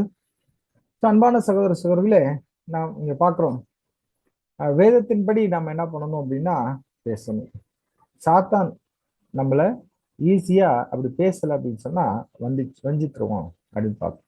அன்பான சகோதர சகோதரிகளே, இன்னொரு விஷயம் முக்கியமாக, நாம் இப்படியெல்லாம் டிரான்ஸ்லேஷன்ல கன்ஃபியூஷன் இருக்கு பிரதர், எப்படி பிரதர் நம்ம கரெக்டா படிக்கிறோம்னு உறுதி பண்ணிக்க முடியும் அப்படின்னு சொல்லி யாராவது கேட்டோம் அப்படின்னு சொன்னா, தேவனுடைய கிருபையில நாம என்ன பண்ணியிருக்கோம் அப்படின்னு பார்த்தீங்கன்னா, நமக்கு தேவன் 7ஆம் தூதன் அவருடைய வார்த்தைகளை இன்ட்ரடியூஸ் பண்ணிட்டார் நமக்கு. சரிங்களா? முக்கியமாக 7ஆம் தூதனுடைய ஒரு முக்கியமான வேலை என்னன்னு பார்த்தீங்கன்னா, இந்த சார்ட் போட்டு கொடுத்தாரு. Divine plan of the ages, God's grand plan of the ages அப்படின்னு சொல்லி பார்க்கணும். தேவனுடைய மிக பெரிதான திட்டமாகிய தெய்வீக திட்டம் அப்படின்னு சொல்லி பார்க்கணும். ஸோ இந்த ஒரு சார்ட் நமக்கு ரொம்ப அருமையாக பயன்படுகிறதாக இருக்குது. ஸோ எந்த ஒரு வேதத்தையும் வசனங்களையும் நம்ம படிக்கும்போது இது சேர்க்கப்பட்டதா இல்ல சேர்க்கப்படாததா அப்படின்னு ஒரு கன்ஃபியூஷன் வந்துச்சுன்னா, அதை நாம் என்ன பண்ணணும்னு பார்த்தீங்கன்னா, இதுக்குள்ள பொருத்தி பார்க்கணும். அந்த டிஃப்ரெண்ட் டிரான்ஸ்லேஷனை நம்ம எடுத்து பார்க்கணும். எடுத்து பார்த்து நாம் ஆராய்ச்சி பண்ணி கரெக்டா பார்த்து இதுக்குள்ள பொருந்துச்சு அப்படின்னா கண்டுபிடிச்சிடலாம் இல்லைங்களா? ஸோ அதுக்கு நமக்கு நிறைய இப்போ நமக்கு வெளிச்சம் கிடைச்சிருச்சு அன்பான சகோதர சகோதரிகள். பாருங்க, இன்னும் பார்க்கும்போது நம்ம சொல்லலாம், ரசல் பிரதருக்கு கிடைச்ச வெளிச்சத்தை விட இப்ப என்ன இருக்குன்னு பாத்தீங்கன்னா, இந்த டிரான்ஸ்லேஷன் மிஸ்டேக்ஸ் எல்லாம் நிறைய இருக்குது அப்படிங்கிறத கண்டுபிடிக்கிறதுக்கு நமக்கு இன்னும் அதிகமாக டெக்னாலஜிஸ் வந்துருச்சு. இப்ப பாருங்க, மொபைல் நம்ம பாக்குறோம், கம்ப்யூட்டர்ல பாத்துக்கிறோம், இன்டர்நெட் இருக்குது, கூகுள் பிளான் வந்துருச்சு, ஏஐ ஆர்டிபிஷியல் இன்டெலிஜென்ஸ் வந்துருச்சு. எதுல வேணாலும் நம்ம என்ன பண்ணலாம், அதெல்லாம் போட்டு கண்டுபிடிக்கலாம். ஆனா எந்த கண்டுபிடிப்பா இருந்தாலும் நம்ம இந்த டிவைன் சார்ட், இந்த டிவைன் ஏஜஸ், இந்த தெய்வீக திட்டம் இதுக்குள்ள பொருத்தி பார்த்து நாம சரியா இருக்கா தப்பா இருக்கா அப்படிங்கிறத நம்ம கண்டுபிடிச்சோம். இப்போ ஃபார் எக்ஸாம்பிள், நான் வந்து ஒரு வசனத்தை அதாவது நரகம் பத்தின ஒரு காரியத்தை நான் அதில் ஒரு வசனத்தை எடுத்து ஏஐல போட்டு இதுக்குரிய ஒரு டாக்டரினை கொடு அப்படின்னு சொல்லி கேட்டா, அது என்ன பண்ணிருந்துன்னு பாத்தீங்கன்னா, எல்லா தியாலஜியும் எடுத்தது, எல்லாம் வெளிய உலகத்துல இருக்க தியாலஜியெல்லாம் எடுத்து எல்லாத்தையும் கண்ணாமண்ணான்னு கொடுத்துருது. சரிங்களா? கொடுத்துட்டு பார்க்கும்போது என்ன ஆயிடுதுங்க, ஃபுல்லா அது என்ன புக்ல இருக்கிறதெல்லாம் எடுத்து கொடுக்குது. அப்ப தப்பா தான் தெரியுது. அது என்ன பண்ணாது அப்படின்னா, அதுல வந்துருச்சு அப்படின்னு சொல்லி நம்ம அப்படியே நம்பிட முடியாது. அப்ப என்ன பண்ணி பார்க்குறோம், தெய்வீக திட்டத்துல பொருத்தி பார்க்கணும். அதுக்கு 7ஆம் தூதனுடைய அந்த வெளிச்சம் நமக்கு ரொம்ப, அவர் கொடுத்த வெளிச்சம் நமக்கு ரொம்ப பிரயோஜனமா இருந்துச்சு. அதுல பொருத்தி பார்க்கும்போது தான் நமக்கு தெரியுது அதெல்லாம் தப்பு அப்படிங்கிறது தெரிஞ்சுது. ஏற்கனவே நம்ம படிச்சுட்டு இருந்தாலும் அங்க கொடுக்குறது. இன்னொரு விஷயமும் போட்டு பார்த்தோம். என்ன அப்படின்னா, ரசலுடைய இதுல இருந்து புக்ஸ்ல இருந்து எடுத்து கொடு அப்படின்னு சொன்னா, ரசல் வந்து அங்க தப்பா சொல்லியிருக்காருன்னு அது சொல்லுது. எவ்வளவு தூரம் பாருங்க பண்ணி வச்சிருக்காங்க. இந்த உலகத்துல சாத்தான் எப்படி பண்றான் பாத்தீங்கன்னா, ரசல் வந்து இப்படிலாம் சொன்னது வந்து யாரும் தியாலஜிக்கன்ஸ் வந்து ஏத்துக்கிறது இல்ல, தப்பா இருக்குது அப்படிங்கிற மாதிரியும் கொடுக்குது. அப்புறம் இன்னும் கொஞ்சம் கிளியர் பண்ணி அதை போய் பாக்குறப்ப நாமளே ஏஐக்கு நம்ம சொல்லித்தர வேண்டியதா இருக்கு. அன்பான சகோதர சகோதரிகளை, நாம ஏஐக்கு என்ன பண்ணலாம்னா, இல்ல இது கரெக்ட், இதுதான் கரெக்ட், ரிசல்ட் சொன்னதுதான் கரெக்ட் அப்படின்னு சொல்லி நம்ம ஃபீட் பண்ணோம்னா, ஓகே ஐ டேக் இட் அப்படிங்குது. சரிங்களா? இனிமேல் என்ன பண்ணுவோம், அது ஏஐ கொஞ்சம் கொஞ்சமா பழசெல்லாம் அப்படியே கொஞ்சம் கொஞ்சமா ஒதுக்கிட்டு ஒரிஜினலை வந்து உண்மையான சத்தியத்தை கூட சொல்றதுக்கு தேவன் என்ன பண்ணிடுவாரு, அதுக்கு ஒரு வேலை கொடுத்துருவாருன்னு நான் நம்புறேன். ஏன்னா எல்லா விதமான அட்வான்ஸ் டெக்னாலஜிஸும் தேவன் தான் இந்த உலகத்துல அனுமதி கொடுக்கிறார். தெரிஞ்சுங்களா? அந்த தேவன் இப்ப ஜனங்களுக்கு அது தெரியாததுனால அதை வந்து எப்படி யூஸ் பண்ணிருக்காங்கன்னு பாத்தீங்கன்னா, தனக்கு பிரயோஜனப்படாதபடிக்கு யூஸ் பண்ணிட்டு இருக்காங்க இல்லைங்களா? அதுதான் பார்க்கணும். ஸோ தவறாக பயன்படுத்தி, ஏன்னா சாத்தானுடைய வஞ்சகமும் இருக்கிறதுனால நாம் எப்போதும் நம்ம இந்த தெய்வீக திட்டத்துல பொருத்தி பார்க்கறத மறந்துடக்கூடாது. 7ஆம் தூதனுடைய எழுத்துக்கள்ல இருந்து நாம கண்டுபிடிக்கிறத மறந்துடக்கூடாது அன்பான சகோதர சகோதரிகள். இப்ப பாருங்க, ஒரு அந்த லிஸ்ட் ஆஃப் இது சொல்றதுக்கு முன்னாடி அதை பத்தி ஒரு இன்ட்ரடக்ஷன் கொடுக்குறாங்க. On authority of professor C Tischendorf notes on the readings of the two oldest Greek manuscripts, Sinaitic and the Vatican. சொல்றாங்க, the following words found in our common version, King James version, are not found in the oldest manuscripts and are evidently no part of the divine word. Let each Berean go through his Bible, pencil in hand, and mark out these words. Then read the passages affected and note the improvement. This list comprises all the important interpolations discovered to date. அப்படின்னு போட்டிருக்காங்க. இப்ப பாருங்க, king James வருஷன் நம்ம Bible எடுக்கிறப்போ ஒரு pencil வச்சுக்கணுமா. Pencil வச்சுக்கிட்டு எந்தெந்த இடத்துல சேர்க்கப்பட்ட வசனங்கள் அப்படிங்கிற நம்ம படிக்கிறப்ப அதை கண்டுபிடிக்கிறப்போ அது ஒரு ரவுண்டு போட்டு வச்சுக்கணும். ரவுண்டு போட்டு வச்சுக்கிட்டா நம்ம படிக்கிறதுக்கு கூட ஈஸியா இருக்கும். ஏன்னா பாருங்க, இந்த ஓல்டஸ்ட் மேனுஸ்கிரிப்ட்னு சொல்ற அந்த சினியாட்டிக்கு அண்ட் வாட்டிகன் இதுக்குள்ள இருந்து கேஜேவி எழுதுற போது நிறைய மாத்தி வச்சிருக்கிறாங்க. ஏன்னா கேஜேவி எழுதும் போது அந்த ரொம்ப அந்த பாபிலோனுடைய அந்த இருள் காலம், அந்த டாமினேஷன்ஸ் ரொம்ப இருந்திருக்கு, அவங்களோட போப்பு மார்க்கத்தினுடைய டாமினேஷன். அதனாலதான் கேஜேவியில் நிறைய சேர்க்கப்பட்ட நிறைய காரியங்கள் அங்க இருக்குதுன்னு பார்க்கணும். இப்போ நம்ம அந்த லிஸ்ட் பார்க்கலாம். இதான் லிஸ்ட், ஸ்பீரியஸ் டெக்ஸ்ட் அப்படின்னு சொல்லி பார்க்கணும். கிட்டத்தட்ட ஒரு 200-220 வசனங்கள் கிட்ட வரும். இது நம்ம எல்லாத்தையுமே பார்க்க முடியாது, இருந்தாலும் இந்த லிஸ்ட் உங்களுக்கு கொடுத்துட்டா நீங்க வந்து பார்த்துக்கங்க. மத்தேயு 5:22 அதுல இருந்து இந்த வார்த்தை மாத்திரம், வித்தவுட் அ காஸ் அப்படிங்கிற அந்த வார்த்தை மாத்திரம் சேர்க்கப்பட்டதா இருக்கு. சரிங்களா? இதுல என்ன பெருசா தப்பு வந்துற போது அப்படிங்கிறதே நம்ம பார்க்கலாம். சரிங்களா? 6ஆம் அதிகாரம், மத்தேயு 6ஆம் அதிகாரம் 13ஆம் வசனத்துல, for thine is the kingdom and the power and the glory forever, ஆமீன் அப்படின்னு சொல்லுவாங்க. எப்படின்னா, ராஜ்யமும் வல்லமையும் மகிமையும் உமக்கே அப்படின்னு சொல்லிட்டு ஆமேன் அப்படிங்கிற ஒரு வார்த்தை. அதாவது இயேசு கிறிஸ்து கற்றுக் கொடுத்த அந்த ஜெபத்துல இல்லைங்களா? அப்புறம் 6:25 வாட் யூ ஷால் ட்ரிங்க், என்னத்தை குடிப்பீர்கள் அப்படிங்கிற ஒரு வார்த்தை சேர்க்கப்பட்டதாக அங்க கண்டுபிடிச்சிருக்காங்க. அப்புறம் 16:2 when it is evening you say it will be fair with for the sky is red அப்படின்னு சொல்லி அங்க போட்டிருக்கு. அது மாதிரி இந்த இது பார்த்தீங்கன்னா மத்தேயு 16:3 அந்த முழு வசனம், the entire verse, முழு வசனமுமே சேர்க்கப்பட்டது அப்படின்னு சொல்லுவாங்க. அப்புறம் மத்தேயு 17:21 உபவாசம் அண்ட் ஃபாஸ்டிங் அப்படிங்கிற ஒரு வார்த்தை, உபவாசம் அப்படிங்கிற ஒரு வார்த்தையை சேர்த்திருக்காங்களாம். மத்தேயு 18:12 இன்டு த மவுண்டன்ஸ், மலைகள் அப்படிங்கிற ஒரு காரியத்தை சேர்த்திருக்காங்க. இது மாதிரி பார்க்கும்போது 27 இது மாதிரி ஒன்னுலயும் அப்படியே வந்துட்டே இருக்கு. தேர்ஃபோர் இதெல்லாம் நான் வந்து ஜஸ்ட் ஒரு உதாரணத்துக்காக நான் கொஞ்சம் மட்டும் நான் சொல்றேன். ஸோ இங்க பாருங்க, மார்க் 4:37 அப்படியே ஆரம்பிச்சு அப்படியே ஒண்ணா வந்து நம்ம புதிய ஏற்பாடு மட்டும் இங்க போட்டிருக்கோம். புதிய ஏற்பாட்டுல தான் அதிகமாக இருக்குது இது போல.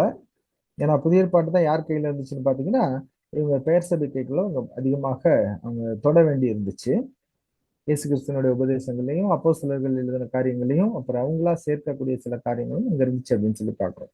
ஸோ இந்த வசனங்கள்லாம் உங்களுக்கு இருக்கும், வேணும்னா நீங்க ஸ்கிரீன்ஷாட் எடுத்து உங்களுக்கு இல்லாட்டி அனுப்பி விடுறோம் வாட்ஸ்அப்ல. ஸோ ஆக்ட்ஸ் அப்போஸ்தலர்கள், holy ghost and should read in spirit of அப்படின்னு படிக்கிறது, இது மாதிரி ஒரு ஒரு காரியங்களும் பார்க்கலாம். சரிங்களா? இந்த என்டையர் அப்போஸ்தலர் 8:37, 9:31, 15:32 இதுல சொல்லப்பட்ட அந்த வார்த்தைகள் மாத்திரம் என்ன இருக்கும், அங்க பிரச்சனையாக இருக்கும். சரிங்களா?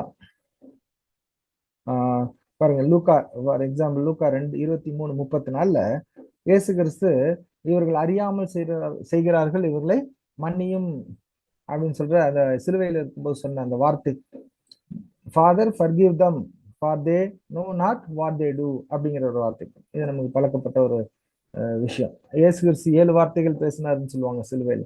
ஆனா இங்க பேசப்பட்டது என்னதான் 6 வார்த்தைகள் தான். இந்த வார்த்தை என்ன இல்லை அங்க இல்ல அப்படிங்கறத அங்க சொல்றாங்க. சரிங்களா? இதே மாதிரி யோவான் 5:4 த என்டையர் வர்ஸ், முழு வசனங்களும் அப்படிங்கிறத அங்க பாக்குறோம். ஸோ இதெல்லாம் பார்க்கும்போது நான் வரேன். இது மாதிரி 1 கொரிந்தியர் வரைக்கும் இருக்கு. அப்புறம் இதுல வந்து லிஸ்ட்ல 2 பேர் வரைக்கும் இருக்கு. அப்புறம் வெளிப்படுத்தின விசேஷம் வரைக்கும் அங்க இருக்கு. திரும்ப இதை உங்களுக்கு காட்டுறேன். ஸோ இப்படியாக பார்க்கும்போது இந்த ஸ்டார்னு போட்டிருக்கிறதெல்லாம் பார்த்தீங்கன்னா omitted by the சினியாட்டிக் manuscripts. சினியாட்டிக் அந்த கைப்பிரதியிலே இல்லையா, சரிங்களா? These not the marked or omitted with both Sinaitic and Vatican. சில இடத்துல இந்த ஸ்டார் மார்க் பண்ணாம கூட இருக்கும், அது பார்த்தீங்கன்னா தெரியும். இதெல்லாம் பார்த்தீங்கன்னா ஸ்டார் மார்க் பண்ணல. இது வந்து ரெண்டுலையுமே இல்லையா, சினியாட்டிக்லயும் இல்லை வாட்டிகன்லயும் இல்லை. இந்த வாட்டிகன் வந்துட்டு பார்க்கும்போது இவங்களோட போப்போட முழு முழு என்ன சொல்லலாம், முழு கையீடு அதுல இருந்துச்சு. இன்ஃப்ளூயன்ஸ், அவங்களோட இன்ஃப்ளூயன்ஸ் முழுசா இருந்துச்சு வாட்டிகன் மேனுஸ்கிரிப்ட் பண்றப்போ. ஸோ அப்பதான் நிறைய ஆட் பண்ணியிருக்காங்க. ஸோ இது ரெண்டுலையுமே இல்லாதது கூட இருக்குது அப்படின்னு கூட அவங்க சொல்றாங்க. ஸோ எப்படியாக பார்க்கும்போது having been lost during the 15 or more centuries since it was written, the Sinaitic manuscript is perfect and complete and is the oldest known copy of the scriptures. Sinaitic தான் நமக்கு இப்போதைக்கு, அதாவது இந்த கும்ரான் தீவுல கண்டுபிடிச்சாங்க பார்த்தீங்களா, அது கண்டுபிடிக்கிறதுக்கு வரைக்கும் பழசாக இருந்தது இதுதான், சினியாட்டிக் தான். இப்போ அதையும் கண்டுபிடிச்சதுனால நமக்கு ரொம்ப ஹெல்ப்ஃபுல்லா இருக்குது. ஃபார் எக்ஸாம்பிள் நம்ம படிச்ச ஒரு இதுல இந்த மத்தேயு 5:22 படிங்க.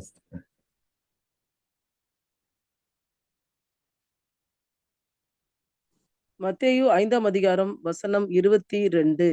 நான் உங்களுக்கு சொல்லுகிறேன், தன் சகோதரனை நியாயமில்லாமல் கோபித்துக் கொள்பவன் நியாய தீர்ப்புக்கு ஏதுவாய் இருப்பான்.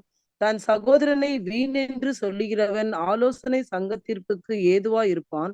மூடனே என்று சொல்லுகிறவன் எரி நரகத்துக்கு ஏதுவாய் இருப்பான். இப்போ இந்த ஒரு வசனம் இதுல வந்து இந்த ரெட் கலர்ல இருக்கு பாத்தீங்களா, இந்த ரெட் கலர்ல இருக்குது, நியாயம் இல்லாமல் கோபித்துக் கொள்பவன். இதை இங்கிலீஷ்ல வாசிக்கிறீங்கன்னா Matthew 5:20ல, but I say unto you that whosoever is angry with his brother without a cause அப்படிங்கிற ஒரு வார்த்தை.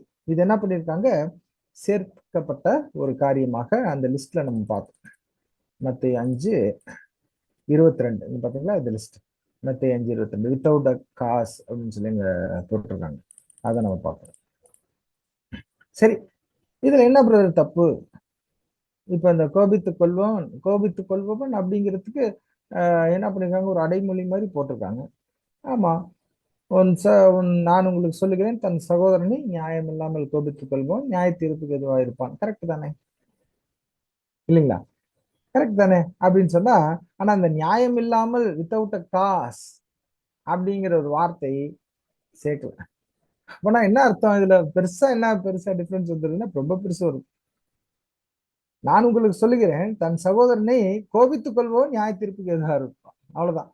நியாயமா இருக்கும், நியாயம் இல்லாம இருக்கும். சகோதரன் என்ன பண்ணக்கூடாது, கோவிச்சுக்க கூடாது. இது எப்படி இருக்கு பாருங்க, இல்லையா? இவங்க என்ன பண்ணிருக்காங்கன்னா கொஞ்சமா அப்படி மெருகேற்றுற மாதிரி, ஏன்னா கோவப்படாம இருக்க முடியாது, இருக்க மாட்டாங்க அப்படிங்கிறதுனால கொஞ்சம் அப்படி தண்ணி கலந்து, பால்ல தண்ணியை கலந்து கொஞ்சம் கலப்படம் பண்ணி என்ன பண்ணுங்க, பவுடர்லாம் கலந்து நியாயம் இல்லாமல் அப்படிங்கிற ஒரு வார்த்தை அங்க சேர்த்திருக்கிறாங்க. ஸோ அது இல்லை, வித்தவுட் அ காசு அப்படிங்கிறது இல்லை. அப்ப சகோதரனை கோபித்துக் கொள்பவன் நியாய தீர்ப்புக்கு எதுவா இருப்பான், அவ்வளவுதான் அங்க சொல்லப்பட்டு. பாத்தீங்களா, ஒரு அர்த்தம் வந்து ஒரு சின்ன விஷயத்துல ஆவிக்குரிய விதத்துல பார்க்கும்போது அது கண்டிப்பாக ஒரு ரொம்ப பெரிய ஒரு அர்த்தத்தை அங்க கொடுக்கறதாக இருக்குது. அது வந்து இவங்களுக்கு ரொம்ப பயந்துருக்குறாங்க சேர்க்கிறப்போ. நியாய தீர்ப்புக்கு ஏதுவா இருப்பான், ஐயோ நமக்கு ஜட்ஜ்மெண்ட் கிடைச்சிரும் அப்படின்ட்டு இப்படி கோபிச்சுக்கிட்டா என்ன. ஏன்னா அப்பவே இது டிரான்ஸ்லேட் பண்றப்ப அவங்களுக்குள்ள செம்ம சண்டை இருந்துச்சான். சரி, இதை இப்படி போட்டுக்கலாம், வித்தவுட் அ காசு, ஏதாவது அர்த்தம் இருக்கணும் இல்லையா, வித்தவுட் அ காசு நியாயம் இல்லாமல் அப்படின்னு போட்டுக்கலாங்கிற மாதிரி போட்டிருக்காங்க போல. சோ இந்த வசனத்தையும் நாம என்ன பண்றோம், ஒரு அக்யூரேட்டா அங்க நம்ம பார்க்க வேண்டியவர்களாக இருக்கிறோம். இதை பாத்தீங்கன்னா கேஜேவி திருவிவிலியம் இதில் பார்க்கும்போது, நான் உங்களுக்கு சொல்லுகிறேன், தன் சகோதரனை நியாயம் இல்லாமல் கோபித்துக் கொள்கிறவன், அந்த இதான் வித்தவுட் காஸ்ட் தான் என்ன பண்ணியிருக்காங்க. இந்த இப்போ வர திருவிவிலியம்ல, இப்ப கேஜேவியில நம்ம படிக்கிற போது நம்மள்ட்ட இருக்க பைபிள் இல்லையா, கேஜேவியில படிக்கும்போது நியாயம் இல்லாமல் கோபித்துக் கொள்வோம்னு வருது. திருவிவிலியம்ல வரும்போது, ஆனால் நான் உங்களுக்கு சொல்லுகிறேன், தன் சகோதரர்களிடம் சினம் கொள்ளுகிறவன், கரெக்டுங்களா, சினம் கொள்ளுகிறவன் தண்டனை தீர்ப்புக்கு ஆளாகும். அவ்வளவுதான். கோபம் கொள்ளுகிறவன், வெறும் கோபம் அந்த வார்த்தை எடுத்துட்டாங்க, அது இல்லை அப்படிங்கறதுனால இப்போ உள்ள NIV இதை வச்சு பார்க்கும்போது அதை எடுத்துட்டாங்க, திருவிழத்தை எடுத்துட்டாங்க அப்படிங்கிறத நம்ம கண்டுபிடிக்கிறோம். அடுத்ததா ஒரு வசனம் வாசிக்கலாம், மத்தேயு 6:13. மத்தேயு 6ஆம் அதிகாரம் வசனம் 13.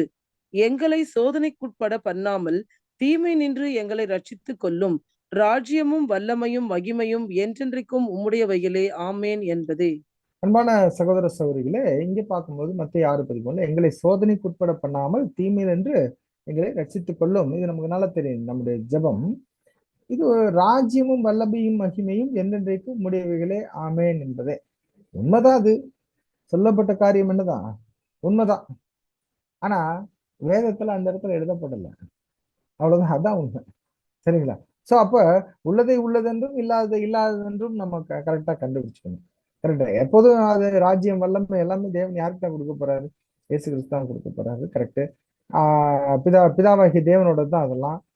கரெக்ட்ல? எல்லாமே உம்முடையவர்கள் தான். பிதாவாகிய தேவனோடது. அப்ப அது இயேசு கிறிஸ்துக்கு கொடுக்க போறாரு. எல்லாம் ஓகே அப்படின்னு சொல்லி இருந்தா இருந்துட்டு போகுது அப்படின்னு சொல்லி என்ன பண்ணலாம்? இதை விட்டுடலாமா? ஆனா உண்மையாக அந்த மூல கைப்பிரதிகள்ல அது இல்ல பாக்குறோம். So and lead us not into temptation but deliver us from evil for thine is the kingdom and the power and the glory for ever amen அப்படின்னு சொல்லி கொஞ்சம் சேர்த்துட்டாங்க. ஏன்னா அந்த ஜபத்தோட கம்ப்ளீஷன் முடிக்கணுங்கிற மாதிரி நம்ம யோசிச்சு பண்ணியிருப்பாங்க போல. ஆனாலும் இந்த காரியங்கள் இல்லை அப்படிங்கிறது தான் பார்க்கிறோம். ஸோ இது சேர்க்கப்பட்ட வசனம். இதுதான் ஸ்பூரியஸ். சரிங்களா? இதெல்லாம் பாத்தீங்கன்னா வசனங்கள்ல நடுவுல அங்க சேர்த்திருக்கிறாங்க. இது இப்போ வந்து பார்க்கும்போது இந்த திருவிவிலியம்ல எப்படி பண்ணியிருக்காங்கன்னு பார்த்தா அங்க பிராக்கெட் போட்டாங்க.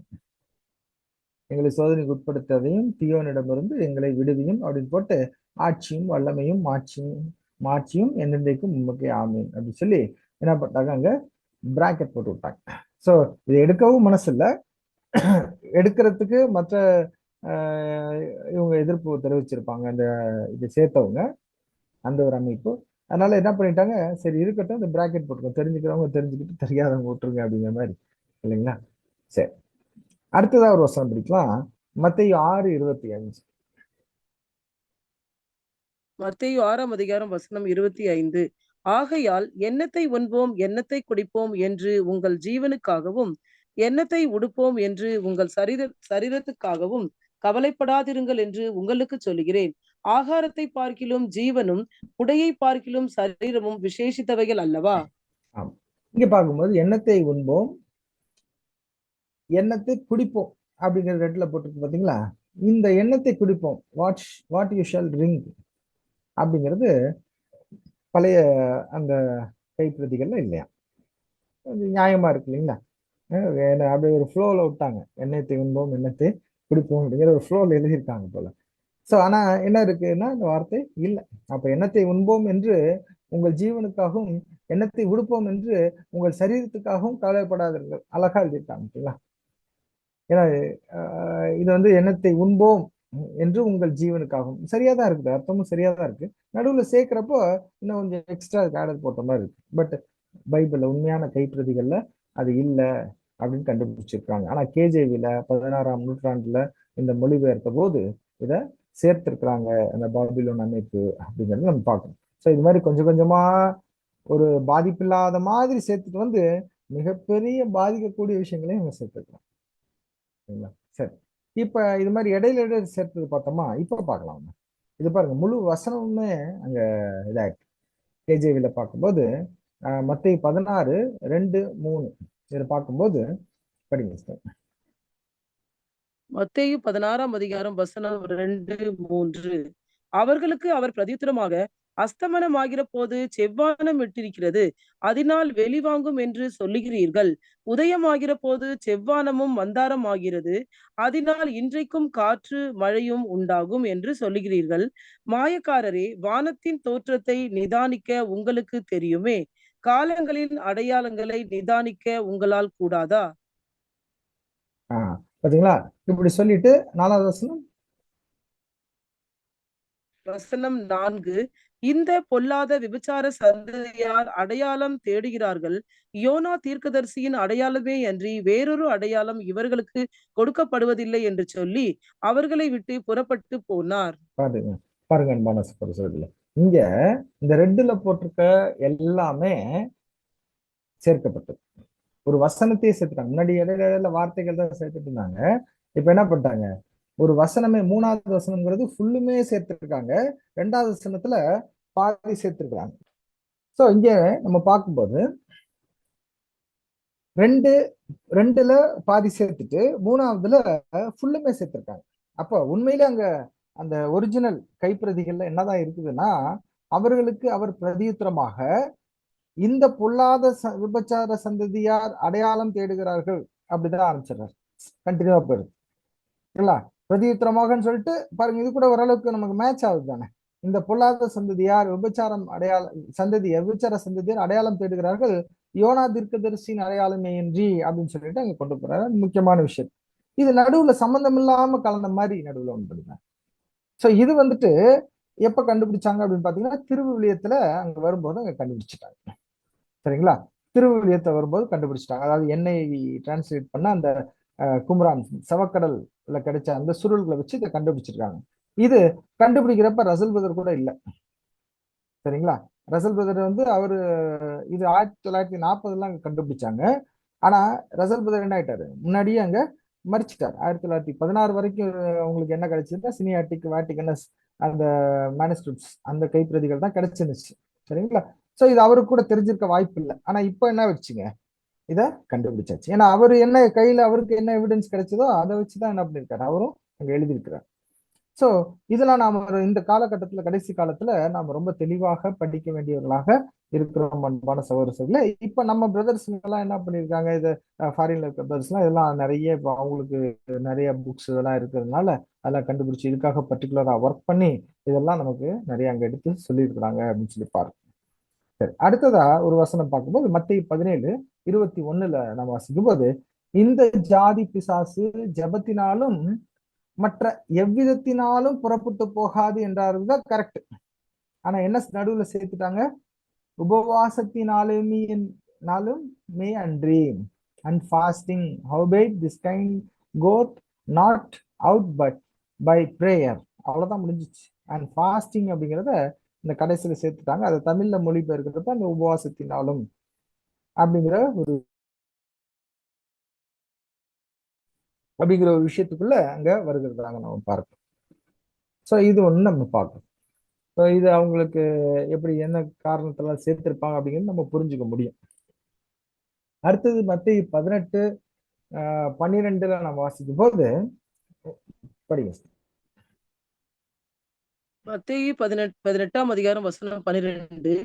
உங்களுக்கு எப்படி தோன்றுகிறது, ஒரு மனுஷனுக்கு 100 ஆடுகள் இருக்க அவைகளில் ஒன்று சிதறி போனால் அவன் மற்ற 99 ஆடுகளையும் மலைகளில் விட்டு போய் சிதறி போனதை தேடாமல் இருப்பானோ? சோ இது வசனம் கரெக்ட் தான். நடுவுல என்ன ஒரு வார்த்தை மட்டும் சேர்த்துட்டாங்கன்னா, இன்டு த மவுண்டைன்ஸ், மலைகளில் விட்டு போய் அப்படிங்கறத அங்க சேர்த்துட்டாங்க. சோ இதுல நமக்கு கொஞ்சம் ஜாக்கிரதையா இருக்கும். இது பாருங்க எல்லாமே கரெக்டா இருக்குது, ஒன்னும் பெருசா இதெல்லாம் இல்ல. ஆனா அங்க மலைகளில் அப்படிங்கிற ஒரு வார்த்தை அங்க இல்ல. கரெக்டுங்களா? இதை வந்து சேர்த்த ஒரு வசனமாக அங்க ஸ்பியூரியஸ்ல நம்ம பார்க்கிறோம் அன்பான சகோதர சகோதரி. சோ அடுத்ததா பார்க்கும்போது மத்தேயு 20:7 இதுல நம்ம வாசிக்கலாம். மத்தேயு 20ஆம் அதிகாரம் வசனம் 7. அதற்கு அவர்கள், ஒருவரும் எங்களுக்கு வேலையிடவில்லை என்றார்கள். அவன் அவர்களை நோக்கி, நீங்களும் திராட்சை தோட்டத்துக்கு போங்கள், நியாயமானபடி கூலி பெற்றுக்கொள்வீர்கள் என்றான். பாத்தீங்களா? சோ இங்க பாருங்க, what shower is right that you shall receive அப்படின்னு சொல்லி அங்க சேர்த்திருக்கிறாங்க. அதாவது இதோட நீங்க திராட்சை தோட்ட வேலை, ஒருவரும் எங்களுக்கு வேலையிடவில்லை அப்படின்னு சொல்லுங்க, வேலையை கொடுக்கலங்கிறப்ப நீங்களும் என்ன பண்ணுங்க, திராட்சை தோட்டத்துக்கு போங்க அப்படின்னு சொல்லி அங்க சொல்லியாச்சு. அதோட முடிஞ்சிருச்சு. நியாயமானபடி கூலி பெற்றுக்கொள்வீர்கள் என்றான் அப்படிங்கிறது ஒரு சேர்க்கப்பட்ட ஒரு காரியமாக இவங்க என்ன பண்ணிருக்காங்க. ஏன்னா வேலை செய்யறவங்க இதெல்லாம் வந்து பேர் சபையில என்ன பண்ணுவாங்கன்னா, இதெல்லாம் ரொம்ப காணிக்கை வசூல் பண்றதுக்கு யூஸ் பண்ற சில வசனங்கள். சரிங்களா? அதுக்கெல்லாம் இது பண்ணுவாங்க. ஸோ இதனால என்ன பண்ணுவாங்க, இந்த கூலி அப்படிங்கிறது முக்கியமான விஷயம். அதெல்லாம் வந்து யோசிச்சு ரொம்ப பிளான் பண்ணி சிஸ்டமேட்டிக்கா என்ன பண்ணிருக்காங்க, இங்க சேர்த்திருக்காங்கன்னு பாக்குறோம். சரிங்களா? அதான் வந்து சாத்தான் வந்து ரொம்ப வஞ்சகமானவன். அவனுடைய தந்திரங்கள் பயங்கரமானது. அவன் நமக்கு தெரியாதவர்கள் இல்லவே நம்ம படிக்கிறோம். ஆனா ரொம்ப யதார்த்தமா இருக்க மாதிரியே இருக்குது பார்த்தீங்களா? ரொம்ப அழகா அங்க சேர்த்திருக்காரு. சரிங்களா? ஸோ இது நமக்கு நியாயமாவே தெரியணும். கண்டிப்பாக எப்படி இருக்கணும், அங்க எழுதப்பட்டதெல்லாம் கரெக்டாவே தெரியணும் அப்படிங்கிறதுக்காக அது போடப்பட்டது. இதுல என்ன தப்பு இருக்கு அப்படிங்கறத நம்ம சொல்லலாம். ஆனா வேதத்துல இல்லைன்னா வேதத்துல இல்லதான், அவ்வளவுதான் நம்ம சொல்ல முடியும். ஓகே, அடுத்த வசனம் பார்க்கும்போது மத்தேயு 22:13. அப்பொழுது ராஜா பணிவிடைக்காரரை நோக்கி அப்படின்னு சொல்லிட்டு, அழுகையும் பற்கடிப்பு உண்டா இருக்க புறம்பானவர்களே போடுங்கள் அப்படின்னு சொல்லியிருக்காரு. சரிங்களா? இது வந்து எக்ஸ்ட்ரா பில்டப் பண்ணியிருக்காங்க. இவனை கையும் காலும் கட்டி கொண்டு போய் அப்படின்னு சொல்லி அங்க என்ன பண்ணிருக்காங்க, அண்ட் டேக் ஹிம் அவே அப்படிங்கிற அந்த ஒரு வார்த்தைகள் என்ன பண்ணிருக்காங்க அங்க சேர்த்திருக்கிறதாக நம்ம பார்க்கிறோம். அன்பான சகோதர சகோதரி, சோ இது நம்ம இப்பெல்லாம் வந்து கண்டுபிடிச்சாச்சு நிறைய விஷயங்கள். சோ இது ஒரு ஸ்பியூரியஸ் அப்படிங்கிறது பார்ப்போம், சேர்க்கப்பட்ட காரியங்கள் அப்படின்னு.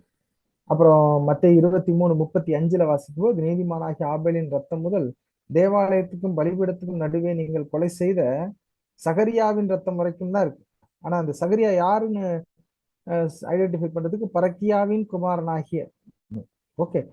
ஆனா அங்க என்ன இல்லைன்னா உண்மையான வேதாகமத்துக்கு இதுக்கு ஒரு இதுல எந்த பாதிப்பும் இல்லை, ஏன்னா அவருடைய குமாரன் அவ்வளவுதான் அப்படின்னு இருந்தாலும் அந்த வார்த்தை வந்து பைபிள்ல இல்ல அப்படிங்கறது நம்ம கரெக்டா அதை புரிஞ்சுக்கிட்டு படிக்க வேண்டியது இருக்கு. இதுல ஒன்றும் பெருசா பாதிப்பு வரல, தெய்வீக திட்டத்திலேயோ இல்ல அந்த நடந்த சம்பவங்களோ பெரிய மாற்றம் இல்ல. சகரியாவோட அப்பா அப்படிங்கிறதும் ஓகே தான். பட் ஆனா அந்த ஒரிஜினல் மேனுஸ்கிரிப்ட்ஸ்ல அது இல்லை அப்படிங்கிறத நம்ம பார்க்கணும். ஸோ இது தெரியுங்களே, நீதிமானாகிய ஆபேலின் ரத்தம் முதல் தேவாலயத்தின் பலிபீடம் வரைக்கும் கொலை செய்த சகரியாவின் ரத்தம் வரைக்கும் பூமியின் சிந்தப்பட்ட நீதிமான்கள் ரத்தம் எல்லாம் உங்கள் மேல் வரும்படியாக இப்படி செய்வீர்கள் அப்படின்னு சொல்லி அங்க இஸ்ரேல் ஜனங்களை பார்த்து அங்க சொல்லுகிற ஒரு காரியம். அதாவது ஆபேல் வந்து இயேசு கிறிஸ்துக்கு தான் அடையாளமாக இருக்குது இல்லைங்களா? ஆபேல் இயேசு கிறிஸ்துக்கு அடையாளமா இருக்கு. அது மாதிரி ஒவ்வொருத்தரும் பழைய ஏற்பாட்டுல உள்ள முக்கியமான அந்த முற்பிதாக்கள் எல்லாருமே ஒவ்வொரு வகையிலாக கிறிஸ்துக்கு அடையாளமா இருப்பாங்க. அந்த கிறிஸ்துவை கொல்லுகிற ஒரு சம்பவத்துல மூலமாக இவர்கள் எல்லாருடைய இரத்தப்பலியும் அவர்கள் மேல வாங்கினதாக. ஏன்னா என்ன பண்ணணும்னு பாத்தீங்கன்னா, நீதி நீதி ஆபேலின் ரத்தம் அங்க என்ன பண்ணுது, ரத்தம் அங்க கதறுது அப்படின்னு பாக்குறோம் இல்லைங்களா? அப்போ அந்த நீதி வந்து நிறைவேற்றுற ஒரு காரியம் நிறைவேற்றும். அது யாரு மேல அங்க நீதி நிறைவேற்றப்பட்டது அப்படி பார்க்கும்போது இஸ்ரேல் ஜனங்க தான் அதுக்காக பலி ஆயிட்டாங்க. அந்த ஒரு சாபம் அவங்க மேலேயே முழுசா போயிடுச்சு இயேசு கிறிஸ்து அவங்க கொண்டுட்டதுனால. அப்போ அவங்க அந்த தீத்துராயன் காலத்துல அவர்கள் முழுசாங்க சிதறிக்கப்பட்டு ஐஸ்வர்யன் லாசரஸ் நம்ம பார்க்குற மாதிரி அவங்க ரொம்ப ஒரு வேதனைக்குரிய கட்டத்துக்குள்ள அவங்க போனாங்க அப்படிங்கிறது அங்க பார்க்கணும். இது ஒரு காரியம். இந்த பரகியாவின் குமாரனாகிய சகரியா, அந்த குமாரனாகிய த சன் ஆஃப் பரகியாஸ் அப்படிங்கிறது சேர்க்கப்பட்ட ஒரு காரியமாக இருக்கிறது அன்பான சகோதரர். அடுத்தது மத்தேயு 24:10 இதுல நம்ம வாசிக்கும் போது இது எப்படி இருக்குன்னு பாத்தீங்கன்னா, அப்பொழுது அநேகர் இடரல் அடைந்து ஒருவரை ஒருவர் காட்டி கொடுத்து ஒருவரை ஒருவர் பகைப்பார்கள் அப்படின்னு. அநேகர் இடரல் அடைந்து ஒருவரை ஒருவர் காட்டி கொடுத்து ஒருவரை ஒருவர் பகைப்பார்கள் அப்படிங்கிற மாதிரி அங்க வரதை பார்க்கணும் இல்லைங்களா? சோ இந்த ஒருவரை ஒருவர் பகைப்பார்கள் அப்படிங்கிறது சேர்க்கப்பட்ட ஒரு காரியமாக இருக்கு. சரி, அடுத்தது மத்தேயு 24. நான் வெறும் மத்தேயு மட்டும் தான் எடுத்திருக்கிறேன், எல்லாமே படிச்சா நமக்கு நேரம் பத்தாது. அதனால உங்களுக்கு மீதி எல்லாம் சொல்லிடுறேன். இது எப்படி எப்படின்னு ஒரு டிஃப்ரெண்டான இது நிறைய இதுல கூட நிறைய ஸ்கிப் பண்ணிட்டேன், ஏன்னா கொஞ்சம் புரிஞ்சுக்கிறதுக்காக முக்கியமான வசனங்கள் நம்ம எடுத்துருக்கோம். மத்த 24:31 பார்க்கும்போது வலுவாய் துணிக்கும் எக்காலத்தோட, அவ்வளவுதான் அங்க இருக்கிறது. ஆனா இவங்க என்ன பண்ணாங்க, சத்தம் அப்படிங்கிற ஒரு வார்த்தையை சேர்த்துட்டாங்க. வலுவாய் துணிக்கும் எக்காலத்தோட அவர் தமது தூதர்களை அனுப்புவார், அவரால் தெரிந்து கொள்ளப்பட்டவர்கள் வானத்தின் ஒருமுனை கொண்டு மறுமுனை மட்டும் 4 திசைகளிலிருந்து கூட்டி சேர்ப்பார் அப்படின்னு பார்க்கணும். அப்ப இந்த சத்தத்தோட அப்படிங்கிற சவுண்ட் அப்படிங்கிறது இல்லை, ட்ரம்பட் தான் இருக்கு, எக்காலம் மட்டும் தான் இருக்கு. வலுவாய் துணிக்கும் எக்காலத்தோட அவர் நமது தூதர்களை அனுப்புவார். சரிங்களா? சோ இதுதான் அதுல பார்க்கிறோம். மத்த 24:41 இது நமக்கு தெரிஞ்ச வசனம் தான். 2 ஸ்திரீகள் எந்திரம் அடைத்துக் கொண்டிருப்பார்கள், ஒருத்தி ஏற்றுக்கொள்ளப்படுவான், ஒருத்தி கைவிடப்படுவார். இது ஒரு டிரான்ஸ்லேஷன் மிஸ்டேக்ஸ் இல்லைங்களா? 2 ஸ்திரீகள்னு போட்டாங்க, அங்க வந்து 2 பேர், வெறும் உமன் ஷால்பிங்கிற வார்த்தை இல்லை, 2 பேர் எந்திரம் அடைத்துக் கொண்டிருப்பார்கள், அவ்வளவுதான். அங்க ஒரு ஸ்திரீகள் அப்படின்னு போட்டதுனால அது என்ன அப்படின்னா, எதுக்காக அப்படி போட்டாங்க யோசிச்சாங்கன்னா நமக்கு அடிப்படையிலேயே படிச்சிருப்போம் இல்லைங்களா? ஏன்னா இந்த மாவு அரைக்கிற வேலையை நம்ம ஊர் மாதிரி இஸ்ரேல் ஜனங்களையும் யார் தான் பண்ணியிருந்திருக்காங்க? ஸ்திரீகள் தான் அந்த அந்த காலகட்டத்துல பண்ணியிருக்காங்க போல. ஸோ அதனால ஸ்திரீகள் அப்படிங்கிற ஒரு வார்த்தை இஸ்ரேல் மட்டும் இல்ல, ரோமன் கல்ச்சர்ல கூட அப்படிதான் இது பண்ணியிருந்திருக்காங்க. ஸ்திரீகளை ஒரு இதாக இந்த ஒரு வேலையை அவங்க கிட்ட கொடுத்துருக்காங்க. ஸோ அதனால அங்க கொடுத்துருக்காங்க. நான் அர்த்தம், இதுல இருக்கிற அர்த்தமே வேறன்னு நமக்கு நல்லா தெரியும். இரண்டு இரண்டு பேர், அதாவது எந்திரம் அரைக்கிறவர்கள் இரண்டு பேர் அப்படின்னா, இரண்டு பேர் எந்திரம் அரைக்கிறவங்க மாவு அரைக்கிறவங்க, சாப்பாட்டுக்காக தயாரிக்கிறவங்க. சாப்பாடு என்னத்தை அடையாளப்படுத்தி? சத்தியம். சத்தியத்தை போதிப்பவர்கள் சொல்லலாம் இல்லைங்களா? அதுதான் அதுல கரெக்டா வருது. அப்ப நம்ம இதை எப்படி புரிஞ்சுக்கிறோம் அப்படின்னா, தெய்வீக திட்டத்தோடு பொருத்தி பார்க்கிறோம் இல்லைங்களா? தெய்வீக திட்டத்தோடு 7ஆம் தூணுடைய எழுத்துக்களோடும் அவர் சொன்ன சில வெளிச்சத்தோடு நம்ம பொருத்தி பார்த்து அவரே இதை கிளியர் பண்ணி கொடுத்திருக்கிறார் நம்ம. ஓகே, அடுத்ததா பார்க்கும்போது மத்தேயு 25:6 நடுராத்திரியிலே இதோ மணவாளன், அவ்வளவுதான், த பிரைட் குரூம், இந்த வருகிறார் அப்படிங்கிற வார்த்தையை வச்சுட்டாங்க. ஏன்னா இயேசு கிறிஸ்து 2ஆம் வருகையில வருவாருங்க சொல்ற ஒரு வார்த்தை இங்க வந்து அந்த பரோஷியாவும் இல்ல, ஒண்ணுமே இல்லை, பரோஷியாங்கிற வார்த்தையும் இல்லை, ஆனா வருகிறார் அப்படிங்கறது அங்க சேர்த்திருக்காங்க. சோ இது வந்து இதோ மணவாளன்ங்கிற ஒரு சவுண்டு தான் வரும். வருகிறார் அப்படிங்கிறது வந்துகிட்டே இருக்கிறார், எப்போ வருவார் எப்போ வருவார் இந்த மாதிரி வரும் இல்லைங்களா? அவர் ஆல்ரெடி வந்திருப்பார், இதோ மணவாளன். அப்ப 1874 அங்க குறிக்கிறதாக அங்க கூட நம்ம பார்த்தோம். சோ எதிர்கொண்டு போக புறப்படுங்கள் அப்படிங்கிற இதெல்லாம் பாருங்க, முக்கியமான சத்தியம் இருக்கிற இடம் அது. இந்த வசனங்கள் வந்து முக்கியமான தெய்வீக அந்த ரகசியம் இருக்கிற இடம். அதுல வந்து லைட்டா கொஞ்சம் கொஞ்சம் மாத்தி சில கன்ஃபியூஷன் புரியாத அளவுக்கு சில இது பண்ணியிருப்பாங்க. அதே போல மத்தேயு 27:52 கல்லறைகளும் திறந்தது, நித்திரை அடைந்த பரிசுத்தவான்களுடைய சரீரங்களும் எழுந்திருந்தது அப்படின்னு சொல்லி நம்ம பார்ப்பாங்க. இயேசு கிறிஸ்து அந்த மரிச்ச போது அந்த ரத்தம் அங்க போய் அந்த கல்வாரி மலையில அந்த குகைகள் எல்லாம் பார்த்தோன்னா அங்க கல்லறைகளும் இது பெரிய சத்தியம் இருக்கு இதுல. இந்த கல்லறைகளும் திறந்தது அப்படிங்கிற ஒரு வார்த்தை சுத்தமா இல்ல. நித்திரை அடைந்திருந்த அநேக பரிசுத்தவான்களுடைய சரீரங்களும் எழுந்திருந்தது அப்படின்னு மொழிபெயர்த்திருக்காங்க. இங்க வந்து என்ன வேர்டு யூஸ் பண்ணிருக்காங்கன்னா ரெவரன்ஸ் அப்படின்னு யூஸ் பண்ணிருக்காங்க. இந்த ரெவரன்ஸ் அப்படிங்கிறது என்ன அர்த்தப்படுத்துதுன்னா, பயங்கரமான, தேவனை பத்தி சொல்ற கூட அவர் ஒரு ரெவரன் இல்லைங்களா? ஒரு பயங்கரமானவர். ஆனா இவங்க என்ன பண்ணிக்கிறாங்க, இப்போ உள்ள ரெவரண்ட்னு போட்டு வச்சுக்காங்க பார்த்தீங்களா? பெரிய பாஸ்டர்ஸ் பிஷப்ஸ் இவங்கெல்லாம் ரெவரண்ட் போனா பயங்கரமானவர்கள் ஆகுது சரிங்களா? ஆனா குஷ்டரோகிகள்னு தெரியல. அங்க அங்க வந்து பயங்கரமான அப்படிங்கிற ஒரு மொழிபெயர்ப்பு கரெக்டா இருக்கும். அதுதான் நம்ம சகோதரர்கள் கூட சஜஸ்ட் பண்றாங்க. என்ன இருந்திருக்குன்னு பாத்தீங்கன்னா, அந்த கொல்கத்தா மலையில அங்க நிறைய குகைகள் எல்லாம் வந்துட்டு அந்த குஷ்டரோகிகள் ஊருக்கு ஒதுக்குப்புறமா வெளியே இருக்கிறது தானே அந்த கொல்கத்தா மலை. அதுல வந்து குஷ்டரோகிகளை அங்க என்ன பண்ணுவோம், மரிச்சோன்னா அப்படியே அடக்கம் பண்றதுக்கு அவங்கள என்ன தீராத வியாதி அப்படிங்கிறதா இருந்துச்சு. அதை போய் கல்லறையில வச்சிருவாங்களாம், அப்பவே அந்த குகைகள்ல வச்சிருவாங்களாம். வச்சோன்னா மரிச்சோன்னா அப்படியே அவங்கள அங்கேயே அடக்கம் பண்ணிடுவாங்க, ஊருக்குள்ள விட மாட்டாங்க. அவங்கள வந்து சிட்டிசன்ஷிப் எடுத்துருவாங்க, மரித்தவர்கள் மாதிரி தான் கணக்கு. சிட்டிசன் அந்த சிட்டிசன் வாக்குரிமை அந்த குடியுரிமையை எடுத்துட்டா அவர்கள் எப்படி அர்த்தமாயிருது? ஒருத்தர் நமக்குள்ளே வாக்குரிமை இல்லை, குடியுரிமை இல்லை, நமக்கு ஆதார் கார்டு இல்லைன்னா நம்ம இல்லாத மாதிரி தான் கணக்கு. அதை வந்து நித்திரை அடைந்த அப்படிங்கிறது மொழிபெயர்த்துட்டாங்க. அதே போல அநேக பரிசுத்தவான்களுடைய அப்படின்னு மொழிபெயர்த்துட்டாங்க ரெவரண்ட் அப்படிங்கிறத. ஏன்னா அவங்க ரெவரண்ட் இருக்கிறதுனால அவங்க பரிசுத்தவான்கள்னு வச்சுக்கிட்டாங்க, பிற்காலத்துல வந்து டிக்ஷனரியில சேர்த்துக்கிட்டாங்க.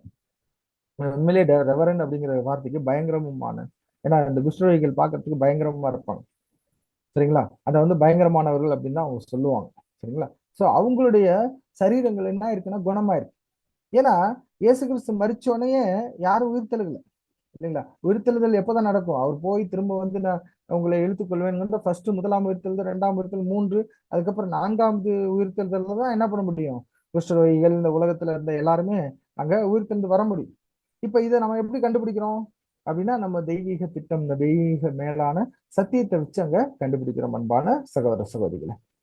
சோ இதெல்லாம் நம்ம வந்து நல்லா பார்க்கணும், நல்லா படிச்சு பார்க்கணும், இதெல்லாம் புரிஞ்சுக்கணும். ஏன்னா அங்க வந்து யாரும் உயிர் தெழுந்திருக்க வாய்ப்பு இல்லை. ஆனா பெயர் சபையில இருக்கப்ப நம்ம எப்படிதான் நம்பிட்டு இருப்போம், அது உயிர் தெழுந்துட்டாங்க அப்படின்போ எதுவுமே உதைக்கும், அப்படியே இடிக்கும், எதுவுமே மேட்ச் ஆகாது தெய்வீக திட்டத்தோட பார்க்கும்போது. என்னன்னா அவர் வந்து ஒருத்தனோட கூப்பிடுறேன்றாரு, அவர் மறிக்கிற போறதுன உயிர் தெழுந்துறேன்னு சொன்னாரு, திடீர்னு பார்த்தா யாரு கல்லனுக்கு வந்து இது சொல்றாரு, நீ என்னோட கூட பரதேசில் பாயிண்ட் சொல்றாரு. இதெல்லாம் வந்து பயங்கர கொலைப்படி பண்றதுக்காக சில சாத்தான் என்ன பண்ணிருக்கான் பாத்தீங்கன்னா, சிலருடைய அவனுடைய மயமான தந்திரத்தினால சிலரை வஞ்சகத்துக்குள்ளாக கொண்டு போயிருக்கான். அவங்களுக்கே தெரிஞ்சிருக்காது இது மொழிபெயர்க்கப்ப என்னத்துக்கு பண்றோன்னே தெரிஞ்சிருக்காது இல்லைங்களா? சோ அந்த மாதிரிதான் பண்ணிருப்பாங்க. சாத்தான் தான் அங்க மெயினா ப்ளே பண்றது. ஸோ கல்லறைகள் திறந்தது அப்படிங்கிற வார்த்தையில நித்திரை அடைந்திருந்த அப்படின்னா இந்த சிட்டிசன்ஷிப் எடுக்கப்பட்டிருந்த குடியுரிமை எடுக்கப்பட்டிருந்த அநேக பயங்கரமான அப்படிங்கிறது இந்த குஷ்டரோகிகள் அடையாளப்பட்டது. அவர்கள் சரீரம் அங்க எழுந்திருந்துச்சு. அவர் உயிர் தெழுந்த பின்பு இவர்கள் கல்லறைகளை விட்டு புறப்பட்டு பரிசுத்த நகரத்திலே பிரவேசித்து அநேகருக்கு காணப்பட்டார்கள். பரிசுத்த நகரத்தில் அநேகருக்கு காணப்பட்டார்கள் அப்படிங்கிறது தான் உண்டு. இந்த பிரவேசித்து அப்படிங்கிற வார்த்தை இல்ல. பரிசுத்த நகரத்தில் அநேகருக்கு காணப்பட்டார்கள். ஏன்னா அது ஒரு முறை என்னன்னா, குஷ்டரோகிகள் குணமாயிட்டா ஃபர்ஸ்ட் போய் என்ன பண்ணும், ஆசாரியன்ட்ட தன்னை காண்பிச்சு சிட்டிசன்ஷிப் வாங்கணும். எஸ் சரியாயிடுச்சு அப்படிங்கிற உறுதி வாங்கி அவர்களுக்கு ஒரு ஆதார் கார்டு கொடுப்பாங்கன்னு வச்சுக்கோங்க. அந்த மாதிரி அது வாங்கணும். ஸோ இதெல்லாம் வந்து இந்த பிரவேசித்துங்கிற வார்த்தை அங்க இல்ல. அது எதுக்கோ ஒரு காரணத்துக்காக சேர்த்துக்கலாம். சரிங்களா? ஸோ இது மாதிரி பாக்குறோம். மத்த 28 கடைசி ஒரு வசனம் பார்த்துலாம். மத்த 28:19 ஆகையால் நீங்கள் புறப்பட்டு போய் சகல ஜாதிகளையும் சீஷராக்கி பிதா குமாரன் பரிசுத்தாவின் நாமத்தினாலே அவர்களுக்கு ஞானஸ்நானம் கொடுத்து அப்படின்னு. இந்த ஆகையால் அப்படிங்கிற வார்த்தை இல்லையா, இது வந்து சேர்க்கப்பட்ட ஒரு வார்த்தை, ஸ்பியூரியஸ் வார்த்தை அப்படிங்கிறத அவங்க சொல்றாங்க. சரிங்களா? ஸோ இதுல ஒன்று பெரிய பெரிய பெருசா பாதிப்பு இல்லாத மாதிரி இருந்தாலும் இந்த வார்த்தை இல்லை அப்படிங்கிறத நம்ம பார்க்கணும். ஸோ இப்படியாக பார்க்கும்போது ஸோ எந்த ஒரு சத்தியமும் நாம் என்ன பண்ணணும் அப்படின்னா அதை ரீஅஷ்யூர் பண்ணணும். அது பொய்யா உண்மையா, அது சரியா இருக்கா, தெய்வீக திட்டத்துக்கு கரெக்டா இருக்கா அப்படிங்கிறத நாம் சரியாக படித்துக் கொள்ள வேண்டும். இதுதான் வேதமானவர்களுக்கு தேவன் கொடுத்த வெளிச்சம். சரிங்களா? எஸ்பெஷலி வேற யாருக்கும் இது கிடைக்கிறது இல்ல, வேதமானவர்களுக்கு தான் இந்த ஒரு காரியம் அங்க கிடைக்கிறதாக நாம பார்க்கணும். அன்பான சகோதர சகோதரிகள், நிறைய பேருக்கு கிடைச்சாலும் இந்த தெய்வீக திட்டம் இல்லாதனால அவங்களால இது நம்ப கூட முடியாது. வேதத்துல எழுதிருச்சுங்க, நான் கண்ணை மூடிட்டு குருட்டுத்தனமா என்ன பண்ணுவேன், இப்படிதான் அது எழுதி இருக்கு எனக்கு அப்படிலாம் இருக்கிறாங்க நிறைய பேர். வேதத்துல எழுதுனா நீங்க ஏன் மாத்துறீங்க, நீங்களா மொழிபெயர்த்தீங்க, அது யாரோ மொழிபெயர்த்துட்டாங்க, அது எப்படியே இருக்கட்டும் அப்படின்னு நாம ஒரு கண்ணை மூடிக்கிட்டு ஒரு குருட்டுத்தனம் போல பேர் சபையில மற்றவங்கள இந்த பெண்டிகா சபையில எல்லாம் சொல்லுவாங்க. இல்ல இல்ல நாங்க இதெல்லாம் எடுத்துக்க மாட்டோம், இப்படிதான் இருக்குது, இப்படிதான் இருக்குது, எங்களுக்கு கிடைச்சது இதுதான், எங்களுக்கு பரிசுத்த ஆவியானவர் வெளிப்படுத்துறது இதுதான் அப்படிலாம் சொல்றவங்க எல்லாம் நம்ம கேட்டிருக்கோம். கேட்டு நம்ம பாதிக்கப்பட்டு மன வருத்தத்தோட கூட வந்திருக்கிறோம் இல்லைங்களா? சோ நாம் அப்படி இருக்கக்கூடாது. நாம தெளிந்த புத்தியில இருக்கணும். தெளிந்த புத்தி, யதார்த்த புத்தி, ரொம்ப பரந்த மனப்பான்மை, அதோட வேதத்தை தெய்வீக திட்டத்தோட நம்ம பொருத்தி பார்க்கணும். 7ஆம் தூதனுடைய அந்த எக்கால சத்தத்தோடு நம்ம பொருத்தி பார்க்கும்போதுதான் இதை கண்டுபிடிக்க முடியும் அன்பான சகோதர சகோதரிகளே. ஸோ இப்படியாக பார்க்கும்போது ஸோ இந்த வசனங்கள் நீங்க இதெல்லாம் வந்து உங்களுக்கு அனுப்பப்படும். இதெல்லாம் வந்து கிட்டத்தட்ட ஒரு 200 வசனங்கள் அங்க இது மாதிரி முக்கியமான சில காரியங்கள் இருக்குது பாருங்களா. இந்த இந்த கடைசியில நீங்க முக்கியமான ஒரு வசனம் எப்படி அது இது மாதிரி ஒண்ணா சேர்த்துட்டு வந்தவங்க கடைசியில என்ன பண்ணாங்கன்னா, 1 யோவான் 5:7 இல்ல, in heaven the father word and holy ghost, பிதா குமாரன் பரிசுத்தாவி மூவரும் ஒருவராயிருக்காங்க ஒருவராயிருக்காங்க அப்படின்னு சொல்லி அங்க சேர்த்திருக்காங்க பார்த்தீங்களா. அது வந்து பிராக்கெட்ல போட்டிருக்கோம், நமக்கு தெரியும். அதுல நம்ம விட்டுட்டு வந்துட்டோம். ஸோ இந்த வசனம் அங்க சேர்க்கப்பட்ட இல்ல முழுசுமே சத்தியத்தையே பாதிக்கக்கூடிய ஒரு காரியங்களா இருக்கு. ஸோ இப்படி சின்ன சின்னதா சேர்க்கிறவங்க பெருசாவும் என்ன பண்றாங்க அங்க சேர்த்து நிறைய விஷயங்களை மாத்தி போட்டிருக்காங்க அப்படிங்கிறத நம்ம பார்க்கணும். ஸோ இப்படியாக இந்த ஒரு காரியங்களை நம்ம பார்த்துருக்கோம். ஸோ இன்னும் அநேக காரியங்கள் இருந்து அதில் ஒன்று ஒன்றா நீங்களே என்ன பண்ணலாம், ஒரு நாள்ல மெடிடேட் பண்றப்ப பண்ணலாம். ஏன்னா எல்லாமே ஒரே நாள்ல ஒரு இன்ட்ரடக்ஷன் கொடுத்து ஒரு விஷயம் சொல்லதான் முடியுமே தவிர எல்லாத்தையும் நம்ம பார்க்கணும் அப்படின்னா அதுக்குரிய சத்தியங்கள் பாடங்கள் வரும்போது அந்த வசனத்தை எடுத்து எடுத்து சகோதரர்கள் என்ன பண்ணுவோம் உங்களுக்கு சொல்லுவாங்க. அந்த விஷயங்கள் வரும்போது இது வந்து சேர்க்கப்பட்டது இருக்குது அப்படிங்கிறது நம்ம ஏன்னா எனவே நம்முடைய பயணம் வந்து நிறைய படிக்க வேண்டியது இருக்கு இல்லையா, அதுல எல்லாம் இதெல்லாம் வந்துடும். இருந்தாலும் நீங்க உங்களுடைய சொந்த படிப்பு படிக்கும்போது இந்த நோட்ஸ் இதெல்லாம் கரெக்டா வச்சுக்கிட்டு நீங்க பாத்துக்கிட்டீங்கன்னா உங்களுக்கு சௌரியமாக இருக்கும் அன்பான சகோதர சகோதரிகளே. இன்னும் பார்க்கும்போது இன்னும் கூட இருக்குது நிறைய. அது வந்து கிட்டத்தட்ட ஒரு 300 500க்கு மேல போகும். அது எப்படின்னா மொழிபெயர்ப்புகளுடைய குழப்படி. கேஜேவில ஒரு மொழிபெயர்ப்பு இருக்கும், அதே விஷயத்த வேற மாதிரி ஒரு மொழிபெயர்ப்பு திருவிழியத்துல மொழிபெயர்ப்புல வந்து அந்த வார்த்தையினுடைய தாக்கம் வந்து கொஞ்சம் கம்மியாகவும் கூடவாகவும் போட்டிருப்பாங்க. ஃபார் எக்ஸாம்பிள் இப்ப நம்ம பார்த்தோம்னா ஆர்சி பைபிளுக்கு நமக்கும் விசுவாசமா நம்ம பைபிள்ல படிக்கிறப்போ விசுவாசமானது நம்பப்படுகிறவர்களின் உறுதியும் காணப்படாதவர்கள் நிச்சயமுமா இருக்குது அப்படின்னு போட்டிருக்கோம் நம்ம பைபிள். அப்ப இதுல கண்டுபிடிக்க முடியுது விசுவாசம் என்பது நம்பப்படுகிறவர்களுடைய உறுதி, காணப்படாதவர்களின் நிச்சயம் அப்படின்னு இருக்கும். கரெக்டுங்களா? ஆனா ஆர்சி பைபிள்ல படிக்கும்போது விசுவாசங்கிற வார்த்தை அங்க போட்டுக்க மாட்டாங்க. நம்பிக்கை என்பது நம்பப்படுகிறவை காணப்படாதீர்கள் நிச்சயம் அப்படின்னு போடுவாங்க. இப்ப நம்பிக்கைக்கும் விசுவாசத்துக்கும் வித்தியாசம் இருக்கா இல்லையா?